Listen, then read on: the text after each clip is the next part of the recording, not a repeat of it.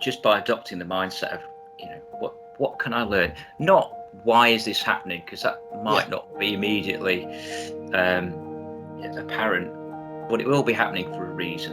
But what you're going to say is, well, what can I learn from this? What can I do differently? Imagine something really positive energy, and you put your hand in front of you, and you can kind of just imagine it sort of balling up, and you can start to feel it in your hands, and that just thing, love, joy, positivity, all that sort of thing, and you make it as big and as strong as possible, and then you sort of just move it into your chest, and it's, I just feel better already.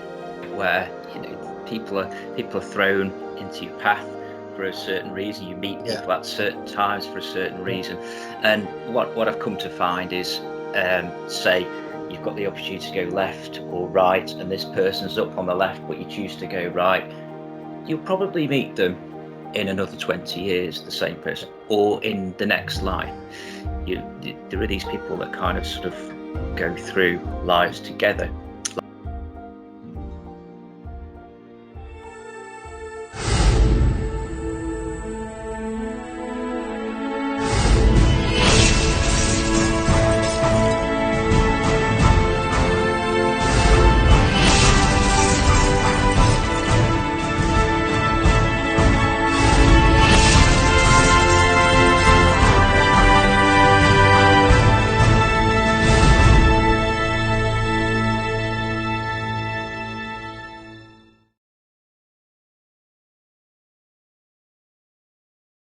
Hello, welcome to Unite Planet. Today we have a guest who's not been on before, but we welcome him. It's a pleasure to have him on. He's a regression therapist. I hope I've got this right. He'll tell me if I haven't. But it kind of runs helps people with suffering from trauma and PTSD and things like that. He runs the Blue Light Trauma Transformations. So it's a pleasure to welcome on Thomas John. Hello, Thomas. Yeah, hi, Johnny. Hi, Paul. Thanks so much for having me on. I love to talk about all this stuff. So thanks for letting me come on and have a chat. Excellent. I suppose the first question is Blue Light Trauma Transformations. If you can tell us a bit more about what you do with that and more about it and the techniques you use. It's a small hypnotherapy practice. I'm based in Crewe, in sunny Cheshire, and I sort of see clients for PTSD, anxiety, and then the sideline is the regression, past life regression, which is probably the aspect I find most interesting, if you like. So yeah. Wow. I wasn't aware you did I know you did regression, and I was kind of hoping you did past life regression, because it's a really interesting topic. How long have you been doing the past life regression? 2016, so quite a while. So I've sort of amassed quite a body of sort of transcripts and material, because I record all of them, and what I've noticed is some of the healing that comes out of people sort of going through that is incredible, really. So more people should do it, as far as I'm concerned. That sounds fascinating. I mean, I suppose with doing that, the benefit is not just on the patient, but you must get a lot out of that as well. Is it things that since you've been doing it that you've learned, that things that from, I suppose, doing it, you've become more aware of that you wasn't before? Well, what it does is when you take somebody through the past life, it's sort of, I never fail to be amazed of what people come out with, and it sort of elevates myself as well, sort of thing, and at the conclusion you sort of ask the person under hypnosis, what can Johnny learn from this past life and bring in to the now, and you'll talk about yourself in a third person, and it's very subjective, sort of like a non judgmental way of talking about yourself, and it's incredible. And then you sort of combine that together back in the person, bring them back in the room, and it normally takes them a few minutes to readjust, and they do go away changed.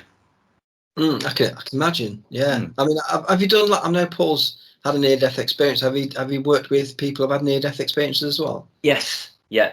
Wow. And what you do is sort of when you take them through the past life, you go to each sort of significant event, and then take them to the point of their death, and then invariably they sort of rise up and view it from above, and then go to somewhere else, which is a whole fascinating fascinating thing. I suppose the patients themselves are quite surprised on where it goes as well and what they learn. I mean, have you had that with a lot with the? I'm assuming you have. That must be quite a nice thing to do, nice thing to help them through with that, as you see the realizations and things that they can apply from their past lives or the near-death experience into their life now. That must be great. Seeing that in people. Absolutely. It's particularly good for grief, as you can imagine. So the reasons why. So we never actually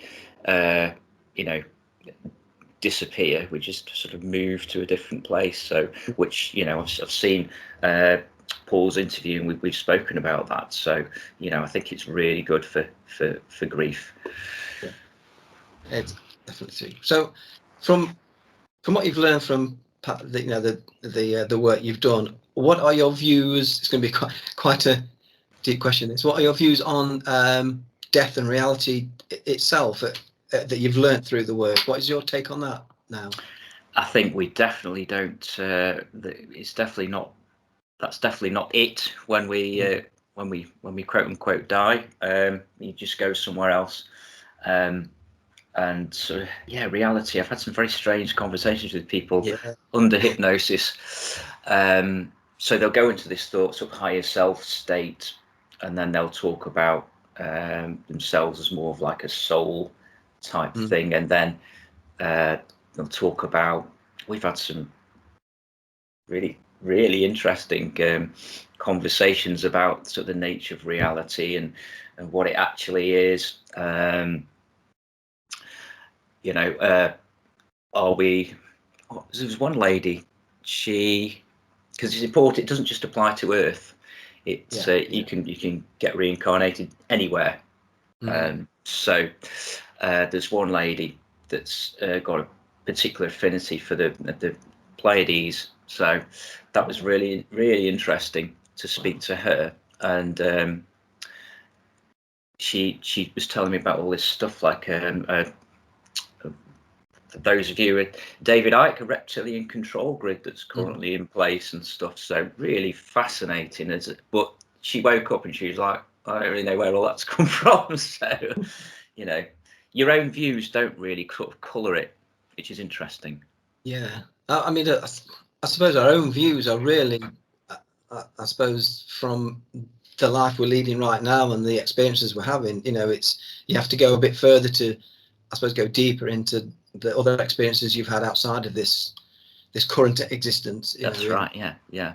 So I bet there's a lot of unpacking with anyone who goes through the regression therapy. I suppose, because who knows what's gonna come out of that. I mean, I suppose how am I going to put this? Because there's no concept of, time. The old concept of time. I'm a bit, the illusion of time. There's only now, as far as I'm concerned. Now is the only that exists. But when it comes to past lives, do the regression goes to the immediate life you've had within that time frame, or can it go absolutely anywhere? Can what do you put is usually the last life you've had or led, is that the one that usually comes through, or is it a complete mixed bag? It's a completely mixed bag, but if when somebody comes and sort of sits down, I'll say to them, is there anything in that you would, that's bothering you now, that you'd like to sort of set as an intention before we go through it? and it'll come up with something relevant. I think one lady was tends to be mostly ladies, by the way. I don't know why that is. One lady was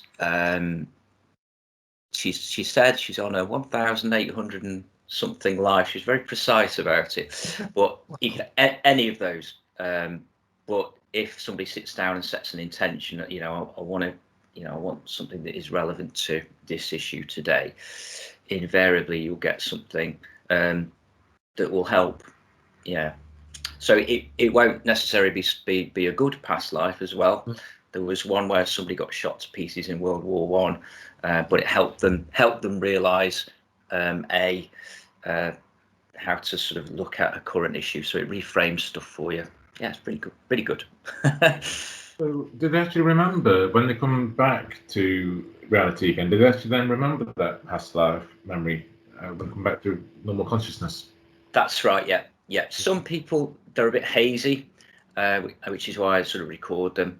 But most people do, Paul, to be fair, which is really good. And they'll sort of ruminate. And I'll get messages off people days after. I still can't. I think it's a big thing for a lot of people. They're quite curious about it. We're making that leap from this life is all there is to it's quite a lot to process, I think, for lots of people.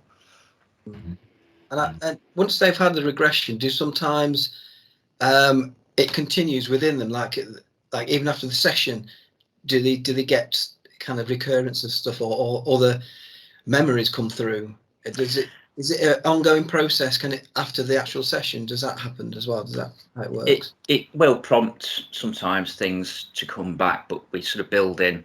So when I'm waking someone up, you're saying, well, I want you to reintegrate all the learning, the healing, the understanding, the wisdom, the fresh perspective from what you've just experienced. Bring that with you. But I also build in it's a bit of a safeguard. So and to show Johnny, show Paul to them in a way that's safe and right for them, sort of thing, because it's important that people don't get re-traumatized, if you like. That's it, yeah, just the shock of it all. Yeah. So it's almost like prepping him just in case. That's right. Yeah. More, coming through after the session. Yeah. Wow, it's fascinating, isn't it? I mean, I was thinking about the time concept again, and when I mentioned about the previous life, once you're out of that, there isn't no just, because they're all in the same place. Every life would be in the exact same place. So it's just it's whatever comes through that's relevant, I suppose, to the life you're having now. Is that, I suppose, what would be most that will come through, rather than thinking of the time scale, because time scale only exists in this reality, isn't it, really? So it's, that's really fascinating, really. So with this therapy, is there any more you want to take with it? Is there any more way you want to move forward with the therapy you're doing? Or is this where you want to do now and focus more on that, and I suppose even become even more better at it? I don't know. Yeah. I think, or if you wanted to branch it out more, or where you see yourself like in the future with this. I think one of the reasons for doing this, which you kindly invited me to do, is I want to get it out there, because I've seen so much positive healing in people. There was somebody contacted me in February. She was having a problem conceiving with her partner, and she said, well, would it help? And I said, well, I don't know, but what we can do. So we sat her down as an intention to find out, not to get pregnant, to find out any reasons why she wasn't. And she came up with this really interesting life where she was basically a prostitute in a previous life, used and abused by lots of men, very young, about 17. Got pregnant, quite simple, didn't really understand what the child was, got some sort of infection, and it was quite interesting. Ended up having the baby, but gave it away. And turned out that was a bit of a block, because this lady messaged me a week ago to say that she was halfway through a pregnancy. So sent me a picture of a scan. So that was brilliant. Excellent. Yeah. Wow. Brilliant. It just shows that, because I mean, I suppose you must come up with occasionally skeptics and that about All the work. time.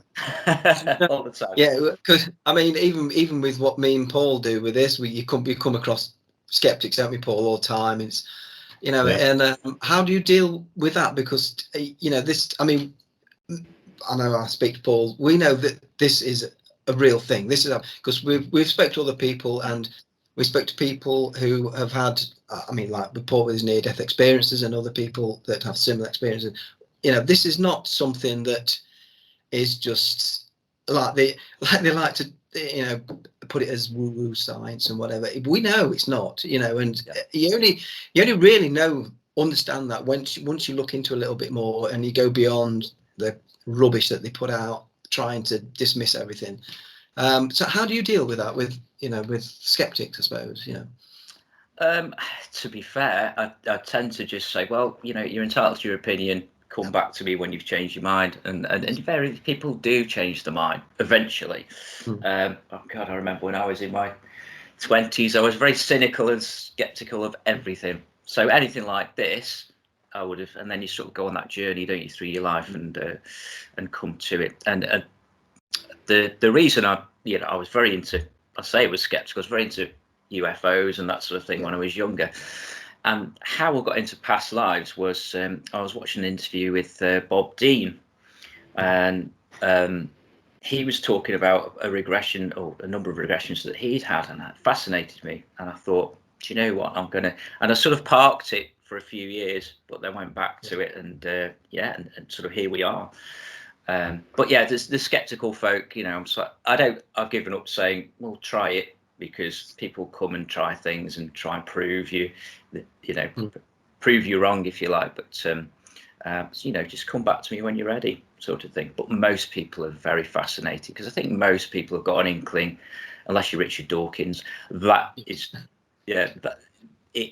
it's not just it. We don't just vanish to dust and that's it. I think most people kind of intuitively know that. I think that is something that's, I think it's ingrained in all of our souls. We know that, you know, we've been here before. This is just a, you know, a little pit stop, if you like, to the whole journey that we're on.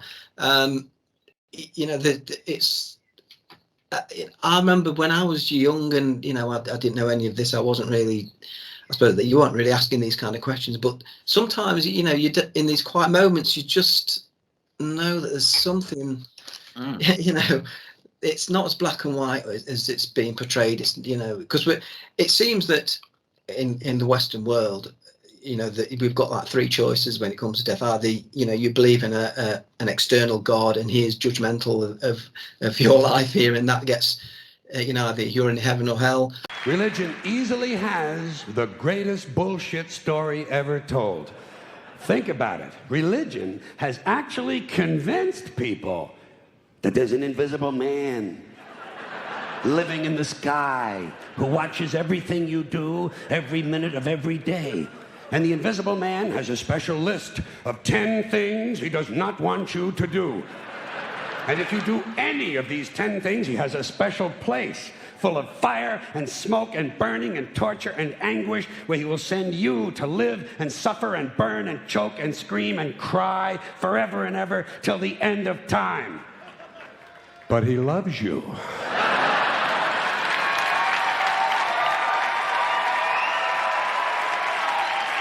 He loves you.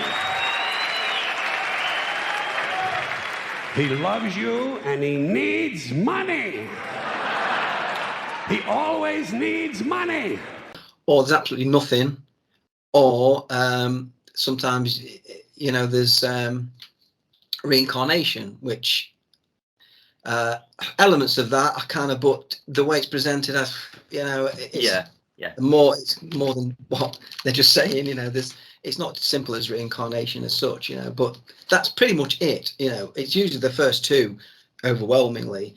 Yes. You know, the paths that you know, in the information we're given, to choose, the end of your life. So there's no wonder we're full of fear. There's no wonder we fear, not just death, but in life as well, because that fear of death permeates through all of your life. If you've got that, then it's going to dictate throughout everything you do. So once you release that, even a little bit, it alters your life completely. Can really have a significant impact on your life in a positive way. So for me, that's always been the problem with this world, is our understanding of who we are, and and the nature of reality and death, because it's been just given to us like it's a death grip, a fear, and we need to, as a human race, if you like, in this physical form, this is something that we need to shake off. We need to kind of imagine and re-educate ourselves with. That's how I view it anyway. Yeah, well, that's exactly how it is, and as I've come to view, this reality, it's a school. So we're sent back here to learn, and sort of build on ourselves. So it's a bit like it's almost a bit like a computer game, I suppose. It's like trying to get to the next level. So when people die, they, when I sort of regress them, they can choose to stay around their loved ones just to look out for them, so they're always kind of there on the shoulder, if you like, or they'll say, no, I need to learn more about X, Y, and Z, so I'm going to go straight back. Or they'll spend a bit of time in, with what somebody describes as their sort of soul family, if you like, which it's just fascinating, really. But they'll review this life themselves. So I found sort of overwhelmingly, so it's not somebody else doing it. They will be there when they're doing their own review, but it's kind of, the learning is for you. So for me, that was a big thing, really, because exactly what you say is, we're taught that, you will be judged in the next life. Well, that's kind of true, but by yourself. So, yeah.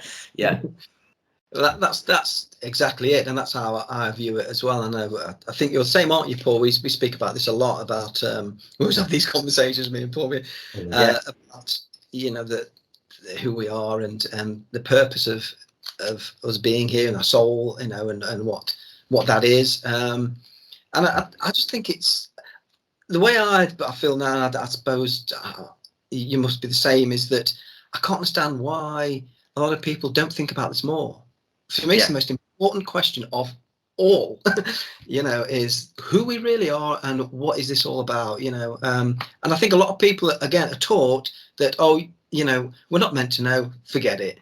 Just almost like to put them blockers on all the time. But it's kind of the daily grind as well gets in the way, doesn't it? So it's the energy bills at the moment. I'm going to pay the mortgage, all the rest of it, and it's kind of a lot of the time you haven't got time to think, or you're too sort of worn out from just dealing with the daily grind, and then you get everything sort of chucked at you in the newspapers and all the rest of it. So it is sort of difficult almost to take a step back, which you have to do, I think. And it's definitely something that you have to almost train yourself to do, almost to be able to step back a little bit and not be too overwhelmed with, I suppose, how the system is, because that's what it is. We're living in, I think, a system that entraps you. Your soul. It literally entraps your soul into this very limited being. And it's a thing to break out of that. And even when you, I think again, me and Paul discussed this, because it's very difficult. Even when you break through it, it's very difficult to maintain that and not keep getting pulled back in. 100%. And that's the biggest challenge I have through my life, is to just not keep getting sucked. Just remember, yes, this is, I know what this is. This is, it's just, it's almost like you're reminding yourself all the time to keep yourself kind of connected to your soul, rather than being entrapped in the system too much. And it's difficult. It's difficult when it's very completely envelopes everything. And it's very difficult. What I found a really good thing to do just day to day is, when something bad happens, which invariably, you get little bumps in the road, don't you? So you just have to take a step back and think, what can I learn from this? What is this telling me? And it's quite powerful just to do that little thing, but people sort of kind of, like you say, just get caught in the trap almost. And I think that's it, because a lot of people just go with everything that's happening. To them, it's just circumstances. But for me, everything is synchronized. Everything is there for a reason. There's reasons why you're going through a particular phase in your life, or there's a reason that something has just cropped in to knock you sideways a little bit, or or just challenge you a little bit more. There's reasons behind that. It's not just that it just happens, just randomly. And that's another thing that I think people need to kind of get hold of a little bit. But you can't just tell people that. It's the other thing that you have. This is all to do with learning yourself. No one else can teach you this. This is not something that someone's going to put in front of you. It's like the old adage, isn't it? You can take a horse to water, but you can't make it drink. That's exactly what it is. Yeah. And so it's within your own self. And I think as we keep my own idea, I don't know if you agree with this, but as we keep going back, that there's going to be a moment where you'll be reminded, you'll start to get out of that. And that's what I feel that's happening in my life too, that in this life I'm now part of, all right, I suppose you can call it the awakening. And I think everybody will have that, as whether it's this life or another life, it will come to them, because that's, I think, what we're aiming for. I think that's the thing that our aim over. We might go through a life and not realize that's it, but that is it.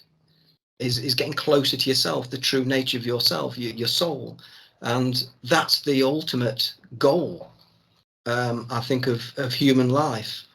And it's maybe just consciousness trying to, I suppose, be conscious of itself almost. Yeah, I think, So that's how I view it. I don't know, is that similar to how you look at it? It's I think it is all about the learning, and just by adopting the mindset of what can I learn, not why is this happening, because that might not be immediately apparent, but it will be happening for a reason. But what you're going to say is, well, what can I learn from this? What can I do differently? Which I get is very easy to say, not quite so easy to do when you're in the middle of it. But it is good to do that sort of thing. And I think the power of words is very sort of important as well. So like your unconscious mind doesn't recognize the word no. So this is why it's very difficult to hypnotize people to stop smoking. It can be done, but you've got to find the right way of doing it. So if I said to if I said to you guys, right, never think of a pink elephant again, that's all you think about. It's the same cigarette, right? You will have no desire to smoke. What your mind hears is you have desire to smoke, and it's very difficult. So you've got to be careful how you use words and sort of phrasing things sort of positively, really. So it's never sort of focus on what you don't want. It's what do you want? What would you like? And I think I said to Paul, sometimes people are trapped in such hard lives that it's very hard for them to sort of, it's easy to say, well, just imagine what it would be like. And people are like, well, no. So instead of that, you could say, I wonder what it would be like. And that kind of engages the creative side. It sort of introduces that little bit of possibility, So if you go, before you go to bed, you can say, well, I wonder what it would be like to X, Y, and Z, and it will start to engage your brain in a sort of slightly different way. And I think it's really important to have positive talk for yourself. People have talked about affirmations and stuff, and they kind of do work, but it's finding what's right for you, if you like. Yeah, okay, that's really well summed up. I like that. I mean, with you, Paul, I mean, you've had near-death experience and that. has Thomas ever regressed you? I mean, I'm putting everything on the spot now because it could be really helpful in a way, because I know that it's a profound. You now recognise it. Yeah, for a while now, haven't you, Paul? Recognise that's a profound moment in your life that you need to experience. So I suppose I'm asking you now, Paul, about your thoughts on the regression. With your near-death experience, and I know you thought about it a lot. Yeah, no, we've tried. Tom and I tried regressing. My issue with me is that I think I have blockage, and trying to unrelease that block, because it's only like fully relaxing myself sometimes. I just don't. I think I just like have an edge, a line where I just can't go into that other part of me, but I would like to, and I keep practicing. I got Tom's kindly done a recording for me, and I can put my earphones in at night time, and I just go into this, and I keep going a little bit further. It's just not going through the whole door yet. So I think it's, but it'll get there. I think with a bit of practice, just practicing like muscle, it'll get there. That's exactly right. Yeah. It is practice, really. It's it's you sort of almost training yourself to be that way, because it's something most people haven't sort of tried, so it's very difficult to. And I think maybe that's why most people who come to see me are ladies, because they tend to be more open-minded than men, really. Okay. Okay, that's interesting to know. Yeah, it's funny. Yeah, it's with me. More, go for that therapy. Yeah. I'm also curious about consciousness, because I mean, obviously we share the one consciousness. That's what we have the feeling of, isn't it, Johnny? We share the one consciousness, so we can also tap in. So when we go into that hypnosis realm and we're looking at previous lives, are we sometimes hacking into the not the Akashic records, or maybe it is Akashic records, but we can go into somebody else's life as well? Can we do that, do you think, Tom? Or I think that's possible. There's the lady who I was going to say lady who came to see me and got pregnant, but you know what I mean. Her and her husband, they both had very strong sense that they'd met each other before, and that was why she came to see me initially, and sort of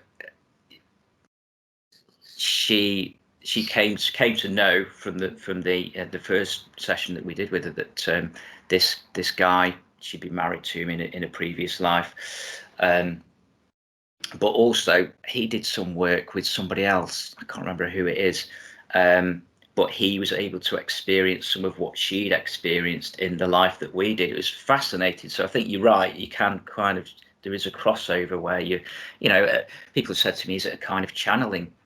Possibly, yeah. So it just goes to show that we are connected to everything, everybody, and everything. And it's. I think as well, this is where the skeptics have problems with it, because they're not allowing themselves. They don't even allow themselves to open up to it, and that's the block. That's the first major block you've got to go past. So they're always, So it's almost. They're obviously not ready, so that's exactly kind of you have to have a cut-off point, don't you, with some people. Well, they're not ready for it, so if they want to think that way and be that way, and that's just their perception of their life at the moment, so be it. But they're missing out on so much. I just think, oh my God. But I just think that it's all a big learning curve. Every time we bring on guests like yourself and we learn more about the aspects that they're interested in and they work deeper on, it's another little bit of knowledge that to the whole, it's almost reaffirming everything that you know from the soul that anyway, and it just adds to everything that we're all from the same soul. We're all conscious from the same consciousness. We're all one. I'd like to see a positive LSD story. Would that be newsworthy? Just once? Today, a young man on acid realized that all matter is merely energy condensed to a slower vibration, that we are all one consciousness experiencing itself subjectively. There's no such thing as death. Life is only a dream, and you're the imagination of yourselves. Here's Tom with the weather.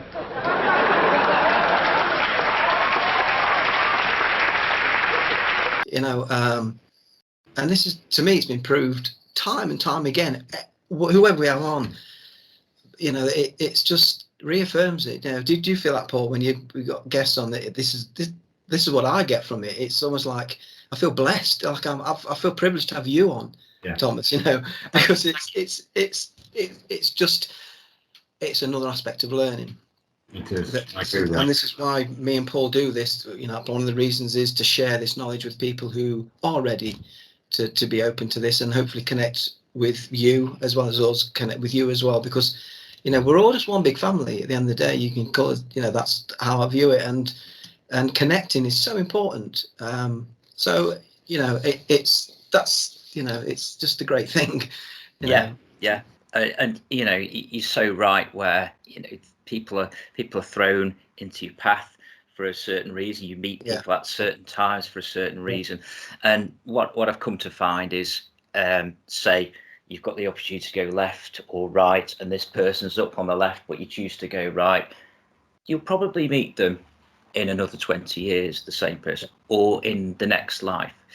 There are these people that kind of sort of go through lives together, like the lady who's now married to the guy. So certain souls, I suppose, are thrown together, and I've come to sort of believe that you have like a soul family, if you like. So it's like a group of sorts, but like you say, really it's all part of one bigger thing.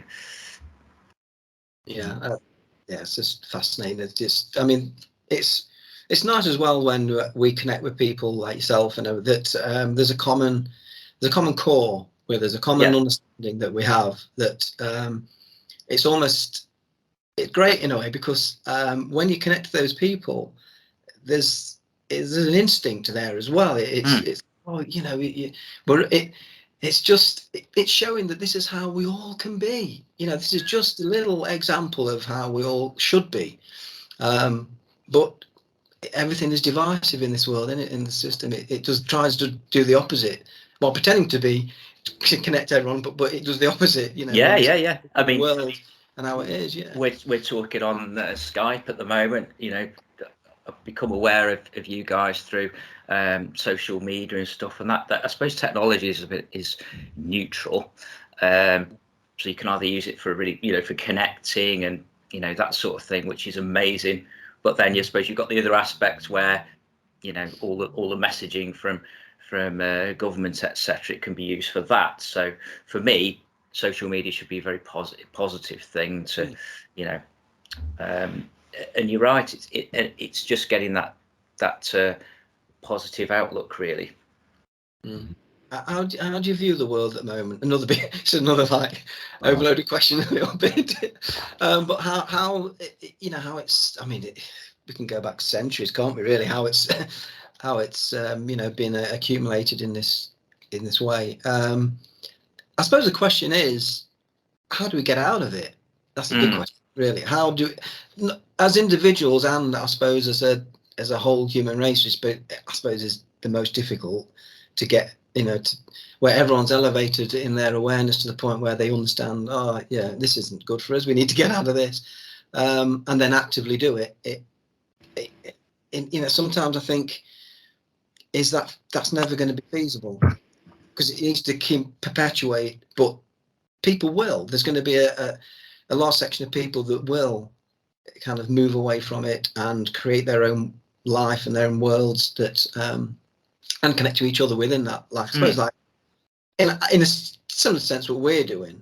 You know, we all know how this world is, and it's not beneficial to us in a very real sense, that we know that, you know, because a lot of people understand that the world's not right, but they just accept that, oh, it's just how it is. And they go along, and they think that they can't do anything or change anything. But when really, the way I look at it is, it's very easy. It'll be very easy for us all, if you're connected. We could do it. We could do it tomorrow. We could do it now. You know, but it's just to see that simplicity of it is across all of humanity is really difficult. You know, it shows the system's doing its job well, really. But what would you say to those people who are locked into the system a bit? How how would you say to them to try and get them to see things differently, or to see it how it is? I mean, what question is that? A very sort of simple thing that I say to people who are, I don't know, say you suffer very badly with depression, and a lot of people do. So if you sit in the same settee, looking at the same set of ornaments, same pictures on your walls, in the same surroundings, you can have the same thoughts. So it's just going to loop and loop and loop. And I think that's kind of, people get up and go to work, come home, put the news on, whatever, and then go to sleep, get up, go to work. And there's very, it's that loop, isn't it? But what I will say to people, very simple thing is, change the pictures you've got on the wall, move the room around a bit, or paint the wall a different color. And the effect is, because it's uplifting, and I think it's getting hold of those simple things that we can do for ourselves, to help ourselves sort of elevate, and then you can sort of help the people around it. I used to think that I could cure everybody, and I used to work in a building. It was like a building where they had counsellors and therapists in sort of like a sort of one-stop shop, if you like. And the guy upstairs was a counsellor, and he said, I used to think that. And he said, but actually, if I can help this person and this person, I'm happy. Yeah. So you start small almost, really, and sort of build up from there.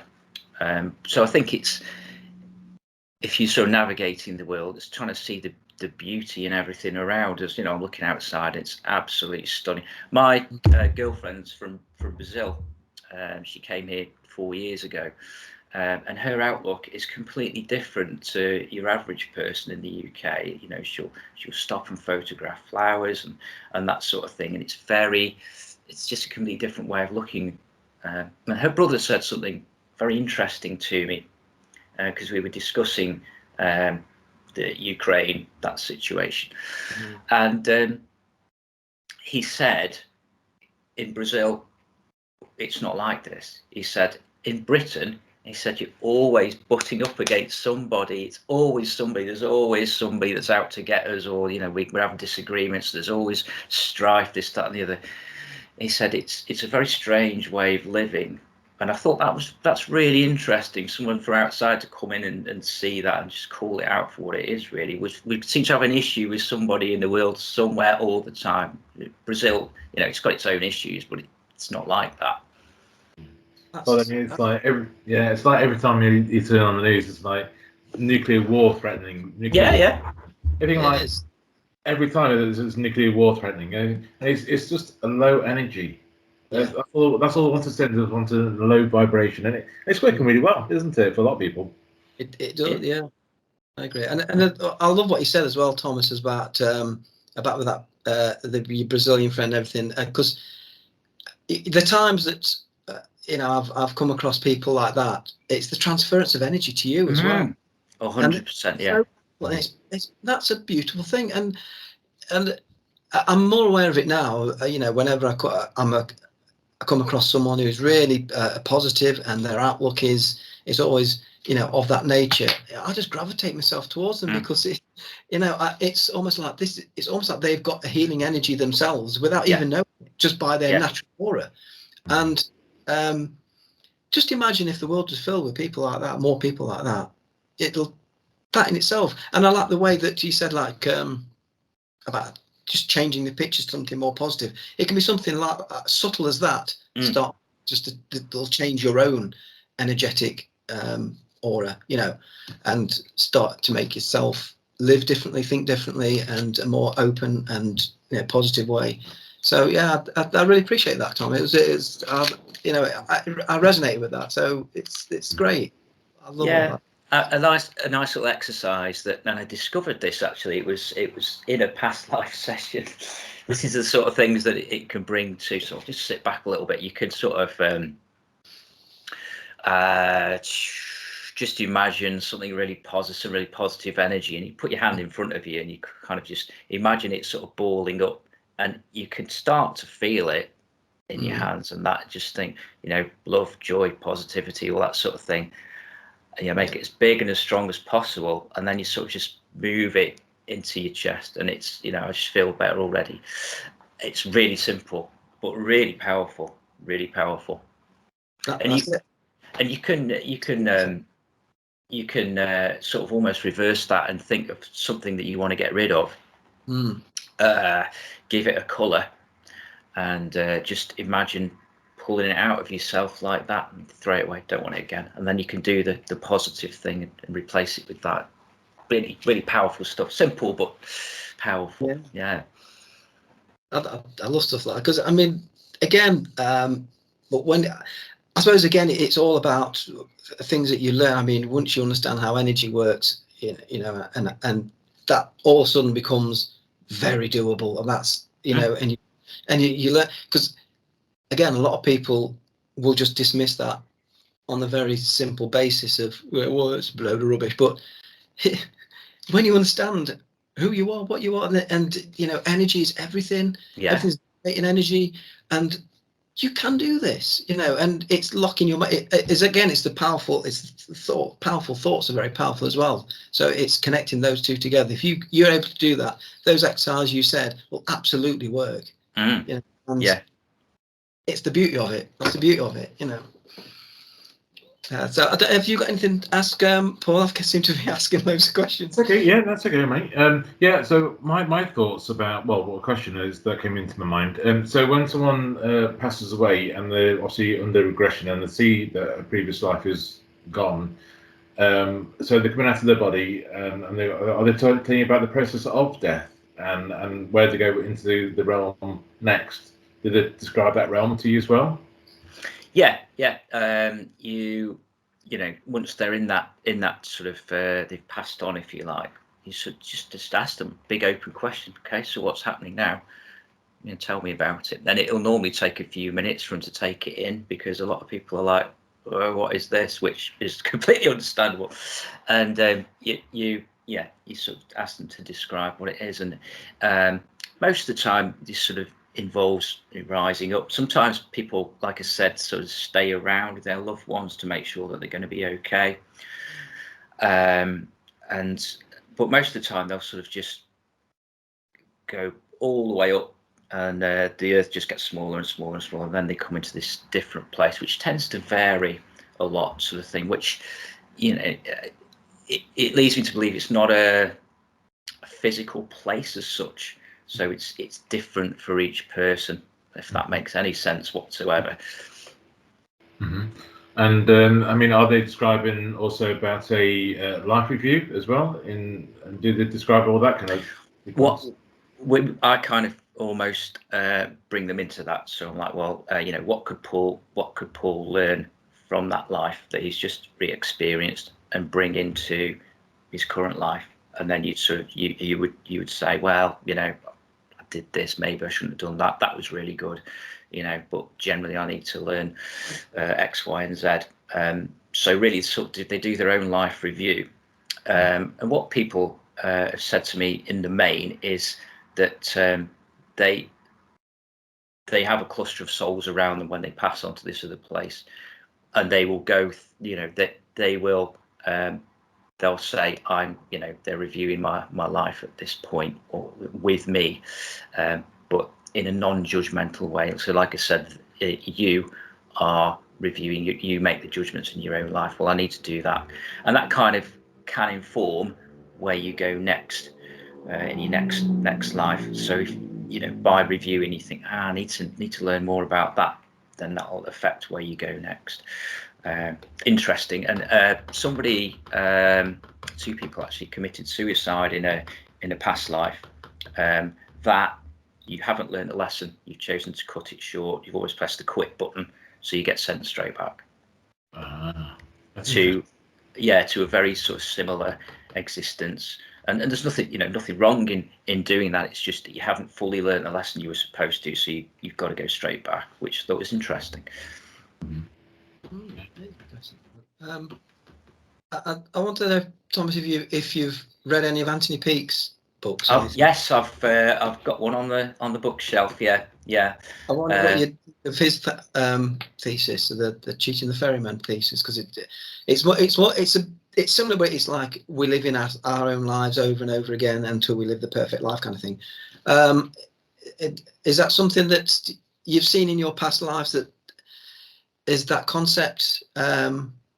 You've seen that a bit, that where, because with that concept, the science behind it, I think Anthony Peake's really great with that. But I'm wondering if, because we live, it is our hypothesis is that we live our life as ourselves over again. You know, when we die, we slip out of time and live again. But if we're all the one anyway, then even if we're in the past life, it's still us. It's still us. At the end of the day, you know, everything is all. Everybody is we're one. So how did you see that with Anthony Peake's hypothesis? So what did you make of that?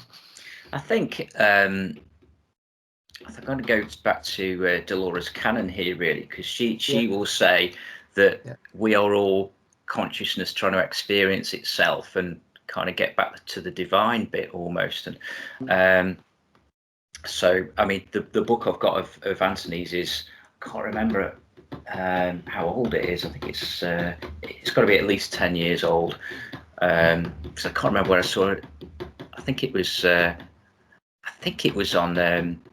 I think it was Theo on the Edge TV. I found an interview of that somewhere, so that's going back a little bit. So if I'm totally honest, I'm not familiar with his current sort of work and way of thinking, but for me, it is, you know, it's all about trying to consciousness. We're all bits of consciousness trying to experience and sort of make its knowledge greater. So it sounds a bit like Star Trek the movie, where it's the machine planet sends all the probes out and whatever. It's a bit like that, I think. You know, there's a lot of stuff in those films that's kind of quite Gnostic, isn't there? And you think, well, actually, trying to tell us something here. So yeah, I think with that TV and film, sometimes I think they're giving us little clues and that of not just how the physical world is run, but beyond that as well. You know, who we really are. I mean, I've just finished watching this series on BBC, but not BBC, called Life After Life with his. I don't know if you've seen it. There's only 4 episodes, really good. And I mean, when I was watching, that concept is almost Anthony Peake's concept. Right. Okay. Yeah. You know, it just follows this girl who keeps dying, reliving her life, keeps dying, reliving. Really good. It's really well made, but it seems to be hidden away from the BBC. Hidden away. Yeah. You know, they've not really promoted it really that well. You know, I only actually came across it because Anthony Peake himself posted up saying this is probably, you know, the TV show that's closest to his thesis. So I thought, I'll give that a watch. It's really good. I recommend it, really. Yeah. Just written that down, actually. So yeah. Life After Life. Yeah.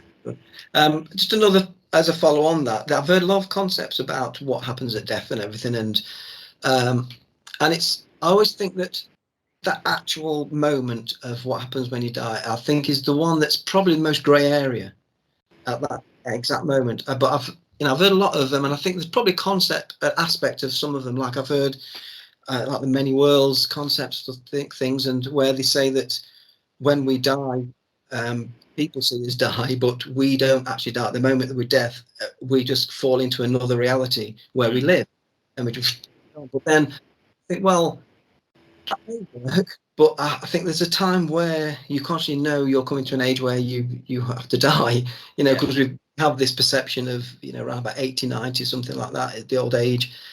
You know, that's it's game up, isn't it? Really, it's you coming towards game up. So that can only happen to a certain, in the time frame, up to a certain point, and then does the concept of what Anthony Peake falls in. I don't know. It's, you know, it just fascinates me though. You know,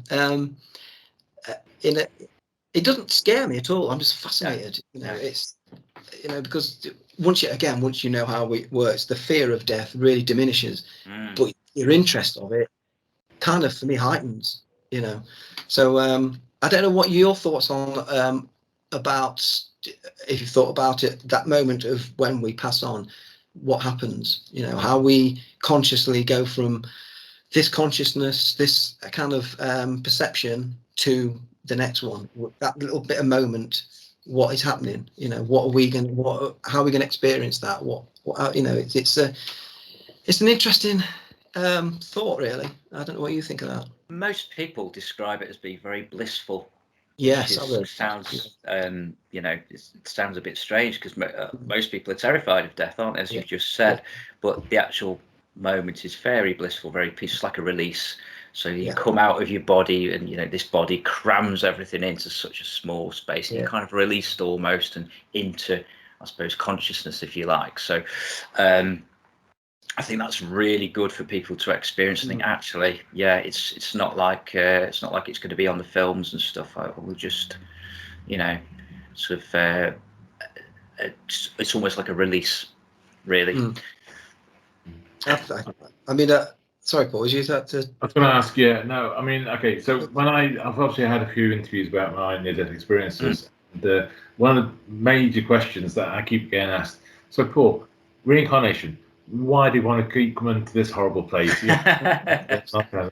What's your thoughts on that one? You know, how to answer that kind of question, because I mean, it is, I mean, this world is a bit, you know, it's 50-50. It's good and bad, and there's lots of evil. What's your thoughts? Why do we keep coming back? I think I always say, you know, you learn more from your mistakes than by doing everything right. And you know, I think as that sort of higher self, you know what you need to do. So it's the questions being asked from your point of view, and mine. It's like, well, why would I want to go into a war zone or something like that? We wouldn't, would we? But when you're sort of in that sort of higher self state, actually, I need to experience that. Maybe if you've had like a very easy life that you've just come out of, your higher self's like, well, actually, I need things a little bit harder now. And you sort of you go back, but it's sort of this non-judgmental thing. So there's no sort of attachments to anything, if that makes sense. So you know, there's sort of the niceties of, you know, having a life on a beach and no issues or whatever. They don't really exist, if that makes sense. So you get what you need, if that makes sense. So it is a question, you know, why would you want to keep coming back? Well, obviously you do, because you keep coming back and you're learning more and more and more. And you can, you know, if you've had a horrible life, you can sort of say, right, I want the next one to be a little bit easier, as a bit of a break. And I've had people say that to me. But generally, it's from that sort of higher perspective of what do I need as a soul to experience. And you know, it's somebody said to me, it's like you can, you know, in consciousness, if you like. So if you're sort of in that passed on stage, you can go anywhere. You can see anything you want. So you can go and see, you know, the mountains or whatever. But as a person, you know, and you start at the bottom, you climb that mountain, you get all your, you know, get all the dirt and grit in your fingernails and split nails and bleeding hands and all that shit. But when you get to the top, it's going to feel that much more amazing, because you've put in all of the, you know, all the effort and you've made it, as opposed to just going there. So it's kind of a little bit of that mixed in as well. Mm-hmm. And do you think people have a chance to choose their avatar? You know, their player that they want to be this time round. Well, I was going to touch on the subject of children, because I think most people, their kids have said something to them at some point that they've just nothinged, like, oh, I don't really understand that, so they've kind of just left it. But most kids will at some point make reference to having chosen their particular family or whatever. Or, you know, lots of children will say, you know, I was up there and I chose where to be. And then we all know the stories of kids sort of taking and saying, oh, I used to live in that house when I was here before, or when I was a daddy, we used to come to this park, you know. And it's kind of just always nothing. It is because I'm not really quite ready to hear that sort of thing. So I think, but most parents, their kids will have said something like that to them at some point. And then as they get older, of course, life gets in the way. And I think kids forget the abilities that they've kind of innately got. And I think programs such as this, it's all about empowering people, and that's what we need to do with the children. I think it's be very positive. Oh, you can't do this, don't do that, blah blah blah. It's more important to bring them on and say you can do absolutely anything you want. And I'm sort of reminded of that in Back to the Future, when Dr. Brown says to Marty, says, if you put your mind to it, you can achieve anything. And I think that's so true. But it's believing that, it's getting that belief. And I think that's part of the journey that we're all on, is as we get older, you start to believe in the possibilities, I think. A bit older and wiser. Yeah. I'm also curious. Go on, Paul. Okay. No, go on, Paul, you first. No, obviously you can see previous lives. I mean, obviously time is quite linear. Can people see future life? Absolutely. I did a future life progression, which is done in pretty much exactly the same way. So, and very, very positive. It's a couple of 100 years in the future. Earth is completely changed in a very positive way. It's very beautiful. There's no wars or anything like that. There's sort of a very clean. There's a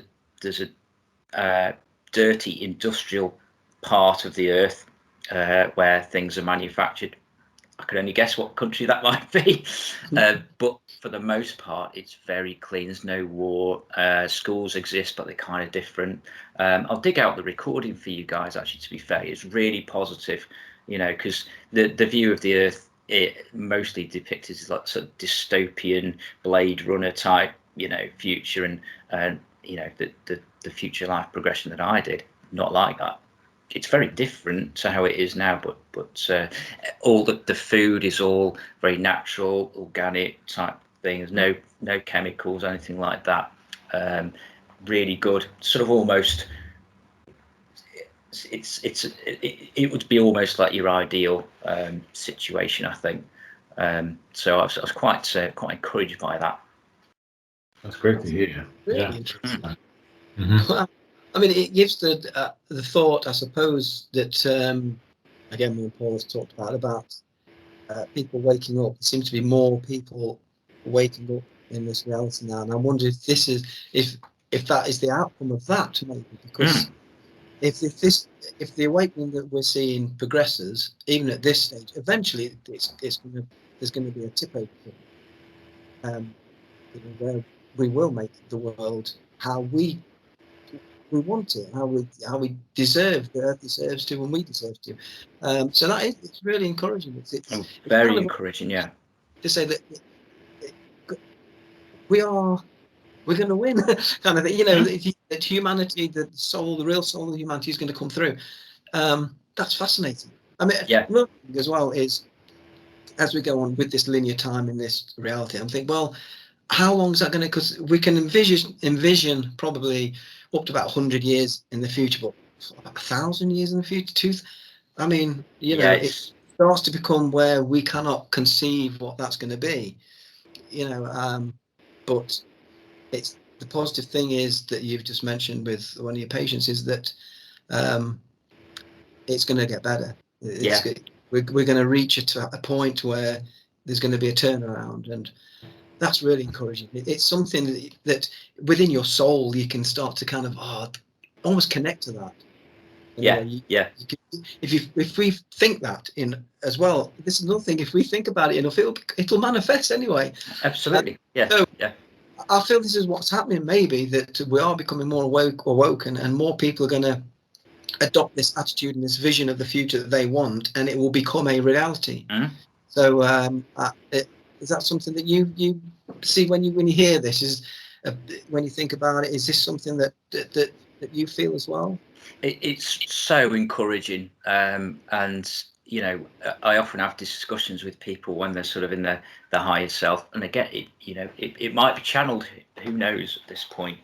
But it is all about. I'll ask questions such as how do we, and it's all about. You've got to start with yourself. So meditation, mindfulness, all that sort of thing. Everybody's got to work on themselves, because once people start doing that, you sort of your reasons for wars and all that sort of stuff just go out the window. There is no reason for, Exactly. Exactly. And that's it, isn't it, as well? You know, this understanding that we have of energy and this consciousness that is all and everything and everybody, is that why would you want war? It's like fighting yourself. When when you realize that, wars will end. I mean, people at the moment can't conceive that, because they just think that humans will always kind of go against each other, up against it. But when we realize that we're all one, we're brothers and sisters, literally brothers and sisters together, we all have this common cause, a common need, and that, why would you ever want to do that? Why would you ever want to cause any harm to anyone? Because it's you at the end of the day. When you realize that, it changes everything. And if enough people become that, and that's what will manifest. It's so encouraging. It is really encouraging. So yeah, I'm glad you brought that up. It's great. No, I'll send you both the recording, because it really left me with a really positive glow, you know, and it still does. Yeah, definitely. I mean, it's encouraged me, and I've heard it through you. So yeah. You know, again, that's a transference of energy again. So it's great. You know, it's the weird thing is, just this conversation is elevating. You know, I feel really kind of like, yeah. And do you get this as well, Paul? When we interview a lot of our guests, you know, obviously including you, Thomas, when we come away, we feel really, you know, up, you know, because it's good. We always try and have positive guests on our show, you know, because it's not just positive, but positivity in the right light, the right kind of information that we feel is what needs to be put across to people. It's just so great, you know, and this is why me and Paul, this is why we love doing this. It's not for any other reason really than just to both elevate ourselves and we learn, and anyone else. This is why we share. Anyone else that's listening to this, you know, we want to get people subscribe to us, not because we want to be popular, because these messages are so important, and they're so great, and they're so positive, and we know it can make for a better world. So that alone is just the need why we do this, you know. And I suppose it's similar to what you do as well with your work. You know, I can only assume you must feel such, I don't know, passion for it, and for what it can do for people, and the world in general. The information that comes with it, you know. So it's we totally support what you do. It's brilliant, and this is why we have you on the show, because people need to know more about this, you know, because you don't get it from other, you know, the mainstream sources or anything. They're not. Well, your sort of mainstream description of a hypnotist, I think there's a film coming out or something that's, and it's all about mind control. You'll be made to do this, and it's all very to reassure, you know, people that are watching. It's hypnosis, hypnotherapy. You as the subject, you do the healing yourself. So, you know, you might need a bit of guidance. It's a bit like a guided meditation almost, but you do it yourself, and you will never do anything that does not fit your sort of framework of beliefs. So there's a lot of stuff saying, oh, you know, you could be hypnotized to do X, Y, and Z. That's just not true. You won't do something that you know doesn't fit your values and beliefs. You just can't be made to do that. So I think that's important, because I think that worries a lot of people. Is like, well, you know, I'll do something that I don't want to, or you know, it's and they're probably aware. Well, they're not aware of it. The work is done themselves, if that makes sense. So I think the mainstream sort of view of it is, you know, mind control and all the rest of it. That's not, you know, that's not what it is at all. Yeah. Yeah, and I think that's important for people to know that as well. So I'm glad you brought that up, because I mean, a lot of people's view of hypnotism is probably on TV shows, you know, Paul McCartney, things like that, where it's for entertainment value, which that's really undermining what's really the purpose of it. You know, the healing that it can do, the positivity it can bring to people. But that's the main thing that they will show it is as this form of, I say, mind control entertainment. Yeah, And, yeah. and people won't get past that, you know. Yeah, because you can, you know, I could put an advert out or whatever, and you know, people, it always like on the TV, that's invariably what you'll get, which I don't blame people for, because that's what they know. But that needs to change, is this sort of perception of it as sort of a mind control, you know. Bite this apple and you'll think it's a potato, all that sort of thing. And again, that's just playing with energy, really. So it, you know, it does work, but the perception of it is wrong, I think. So that's what I'm on a bit of a crusade to change, as are a lot of other people, you know. So I think it's important to empower people. So it's not like you go and see a doctor and a doctor's like, you take these pills, come back to me in 2 weeks if they don't work, sort of thing. Do a session, you know, with a good hypnotherapist.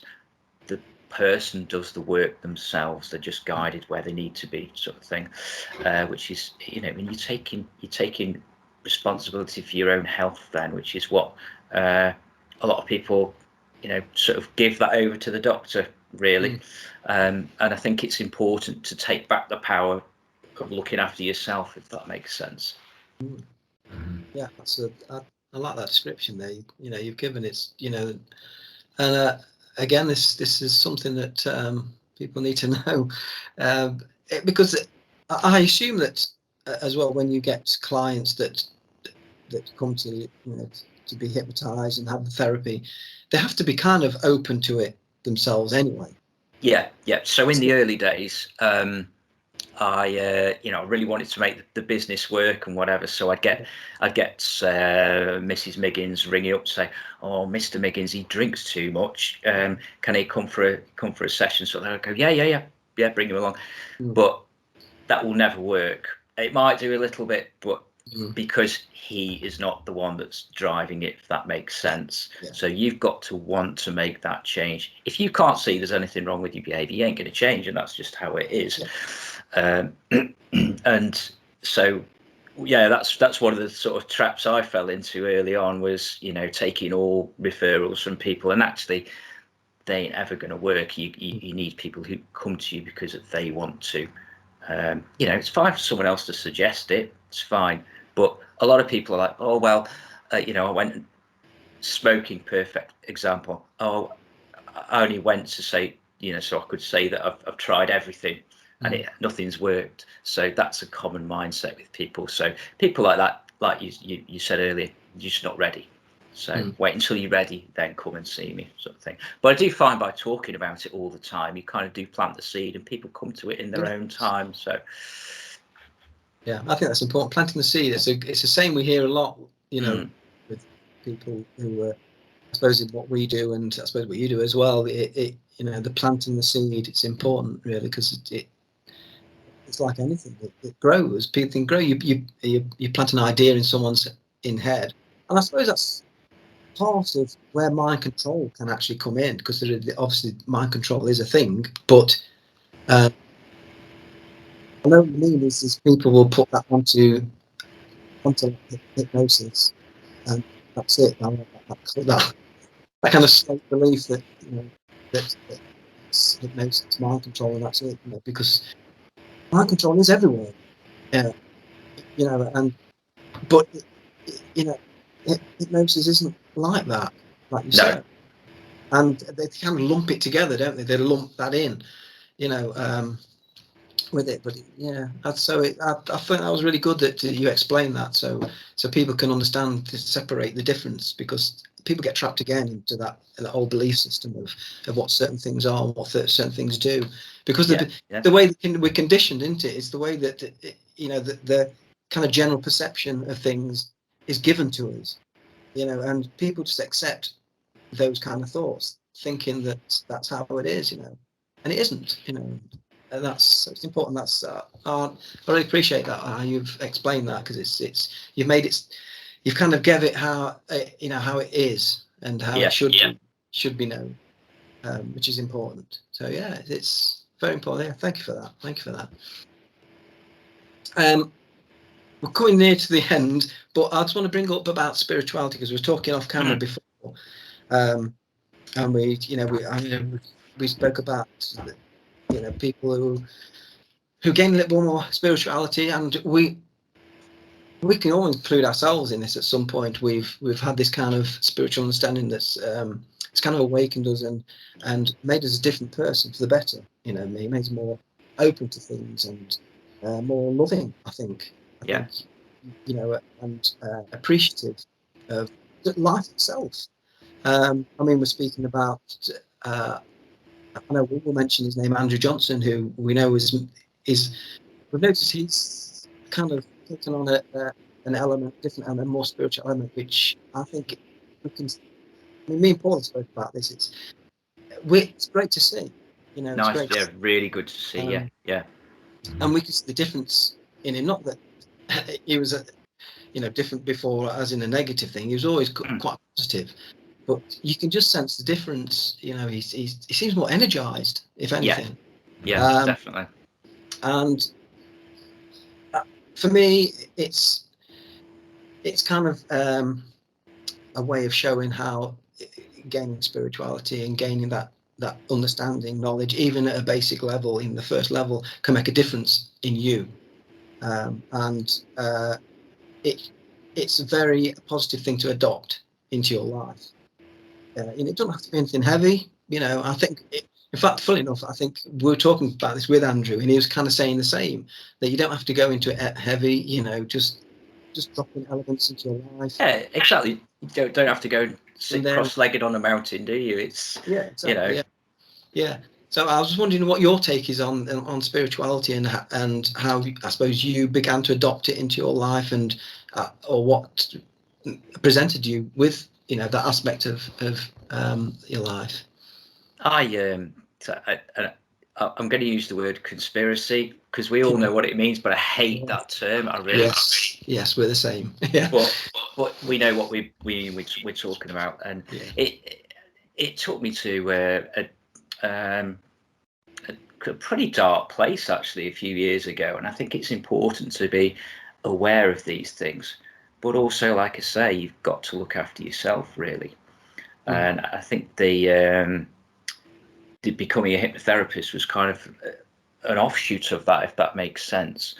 And I do think you have got to look after yourself, because one person cannot change the world, but you can change yourself. And I think it's so important that people don't get too down and depressed about the state of the world, sort of thing.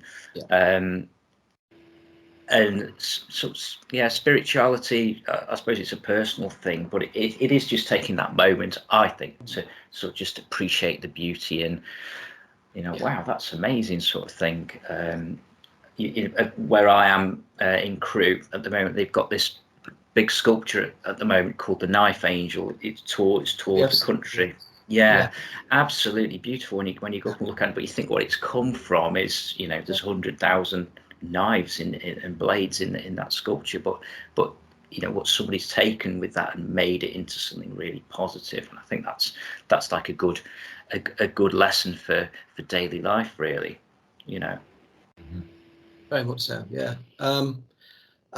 I totally agree with everything you said there. I've seen the knife statue myself. The piece that came to a town near where I live, Chesterfield, and it was quite impressive. Yeah, very, very. And it was, in its way, it was very beautiful. It's again, like you said, if you see where it came from and then what it's become, there's a lesson there. Yeah. Right there, there's a lesson, and that's why I like, with things with art and music, I like things that give you a little bit of a lesson. There's things there that like that, So before we finish, have you got a question, Paul? Before we finish off, I seem to hold the questions a lot. It's okay. Yeah, that's fine. Not at the moment, but is there anything that we might have missed at the moment, Tom? Is there anything else you'd like to talk about? Maybe. Yeah. I don't think so. I think we've had a really wide-ranging discussion, which is amazing, really. But I'll send that Future Life to you both, because I think you'll be really positive. And then perhaps with the permission of the lady who I did it with, you know, we can post it up for others to listen to, because I think that'd be a really, really, really good thing for people. It's not all doom and gloom. There is light at the end of the tunnel. It's going to be a long tunnel. We know that, but you know, it's really, really, really good thing for people to listen to, I think. That's fantastic. Is any way that people can contact you, or any websites that people can look at? My website is it's www.bltt.co.uk. That's Blue Light Trauma Transformations. Blue Light Services is my background, so that's why I've named it for that. And then if you search Blue Light Trauma Transformations, you'll find the page on Facebook as well. So yeah, just drop me a message and we can do amazing stuff. So yeah, brilliant. We'll put the links down below anyway. Thank you very much for having me on as well. It's really kind of you to have me on. Yeah, it's been fantastic, Thomas. Thank you for agreeing to come on and share, you know, wonderful work that you do and your insights. It's been it's been a privilege and a pleasure. It's been brilliant. Thank you very much. Thanks, guys. Yeah, you take care. And you. Thank you very much. Cheers. Goodbye. You can see all those doors to the right, left. As you walk along the corridor, you know that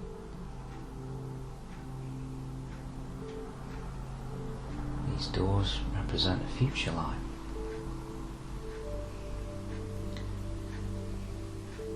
So I'd like you to choose one of the doors that you're drawn to. Just go to that now. You can see how it looks, you can tell how it feels, and then when you're ready, and only when you're ready, just go through that door and tell me where you are and what's happening.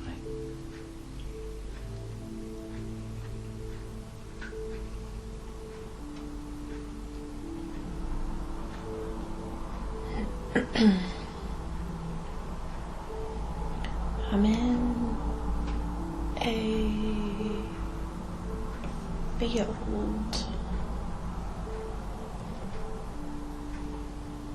and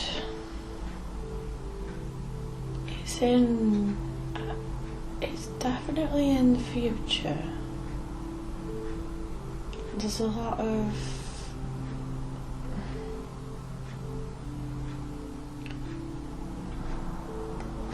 calm wind. I don't know how to describe it. It's like the weather is perfect, really.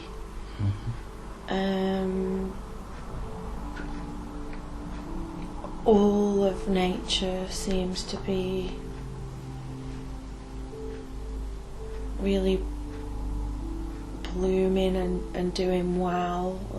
The soil is fertile. I think I'm in like a field of wheat, and it's like late August, like definitely on Earth, definitely northern hemisphere. It's like harvest time, but the weather's just so ambient and perfect, and it's like sunset time, and I'm just walking through this field, but it almost feels like I'm like floating in a way. Wow. Okay. My body doesn't feel as heavy or as dense as it would now.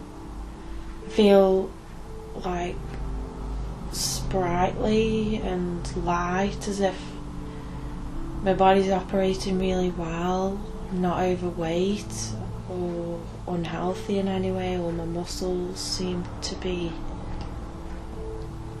I just feel really fit and healthy, and really well hydrated as well. My body just feels amazing. Definitely human, female, and I reckon I'm about 45 or something. Yeah. Like, still young, but not,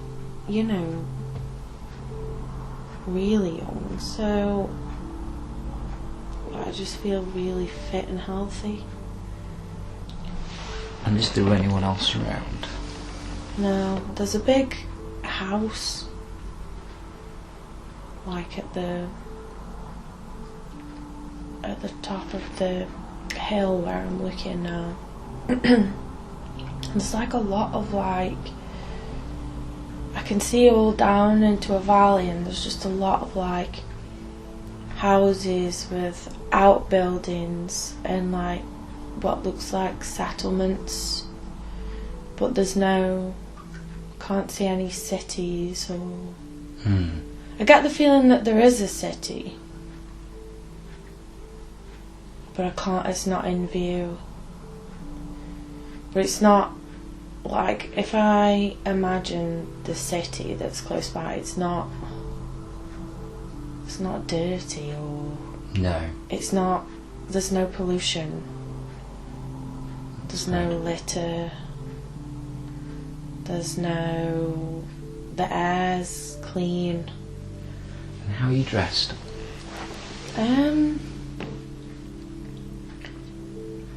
Got like, the closest thing I could describe it to is like cycling shorts, Yeah. but they're not that material. They feel a bit more like some kind of neoprene, but breathable cotton as well. I don't know how to describe it. Like they're made from plants. The clothes that I'm wearing are, but they're like, they feel like if you're outside in the rain, they won't get soaked. Like they're like a wetsuit kind of material, but not heavy, really thin. And then like really good, they'd be like trainers, really ergonomically designed to my feet, and just like a baggy top where you can feel the breeze going through it. Yeah. And it just feels really light. Everything feels really light and airy. And just like breathing in the air is like, oh, it's so clear, like so clean. Everything feels like nature is in its perfect relationship. The air, the ground, the water, everything feels as if it's like operating perfectly all around, with no heavy, like when I compare breathing to how I compare breathing now, I'm still in the same sort of human body, but breathing now would be like the air's heavy and thick. Yeah. And in this future, it's just it's hard to describe it. It just feels really clean and light when you're breathing in. Feels like I'm getting the perfect amount of oxygen and everything, and there's no chemicals in the air. Brilliant. No dust. It's really different, really, really different. So tell me about the settlements then. Well, it looks like there's people that are responsible for farming certain things. So it looks like where I live, it's like a wheat farm. And there's a large house, and then lots of other little buildings. I mean, there must be like 10 other buildings as well in this plot. When you look down the valley, they're all similar. Like a main house and then like 10 other small houses around. Yeah. But they're all like miles away from each other.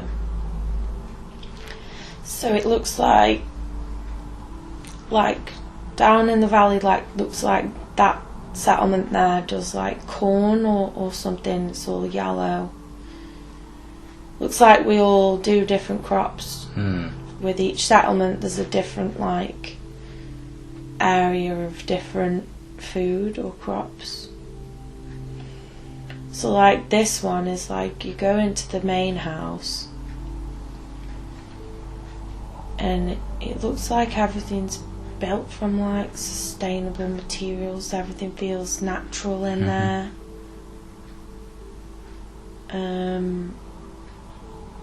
Doesn't seem to be any paint or anything on the walls. There's just like not like wood, maybe everything's built from hemp or some sort of plant, you know, like everything's just natural colours inside.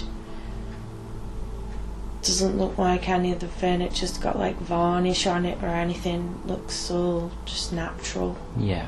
Raw materials. And there's a group of people that live in the house. All responsible for like this little farm. I think some of them are friends of mine, some of them are family, cousins. There's a lot of children.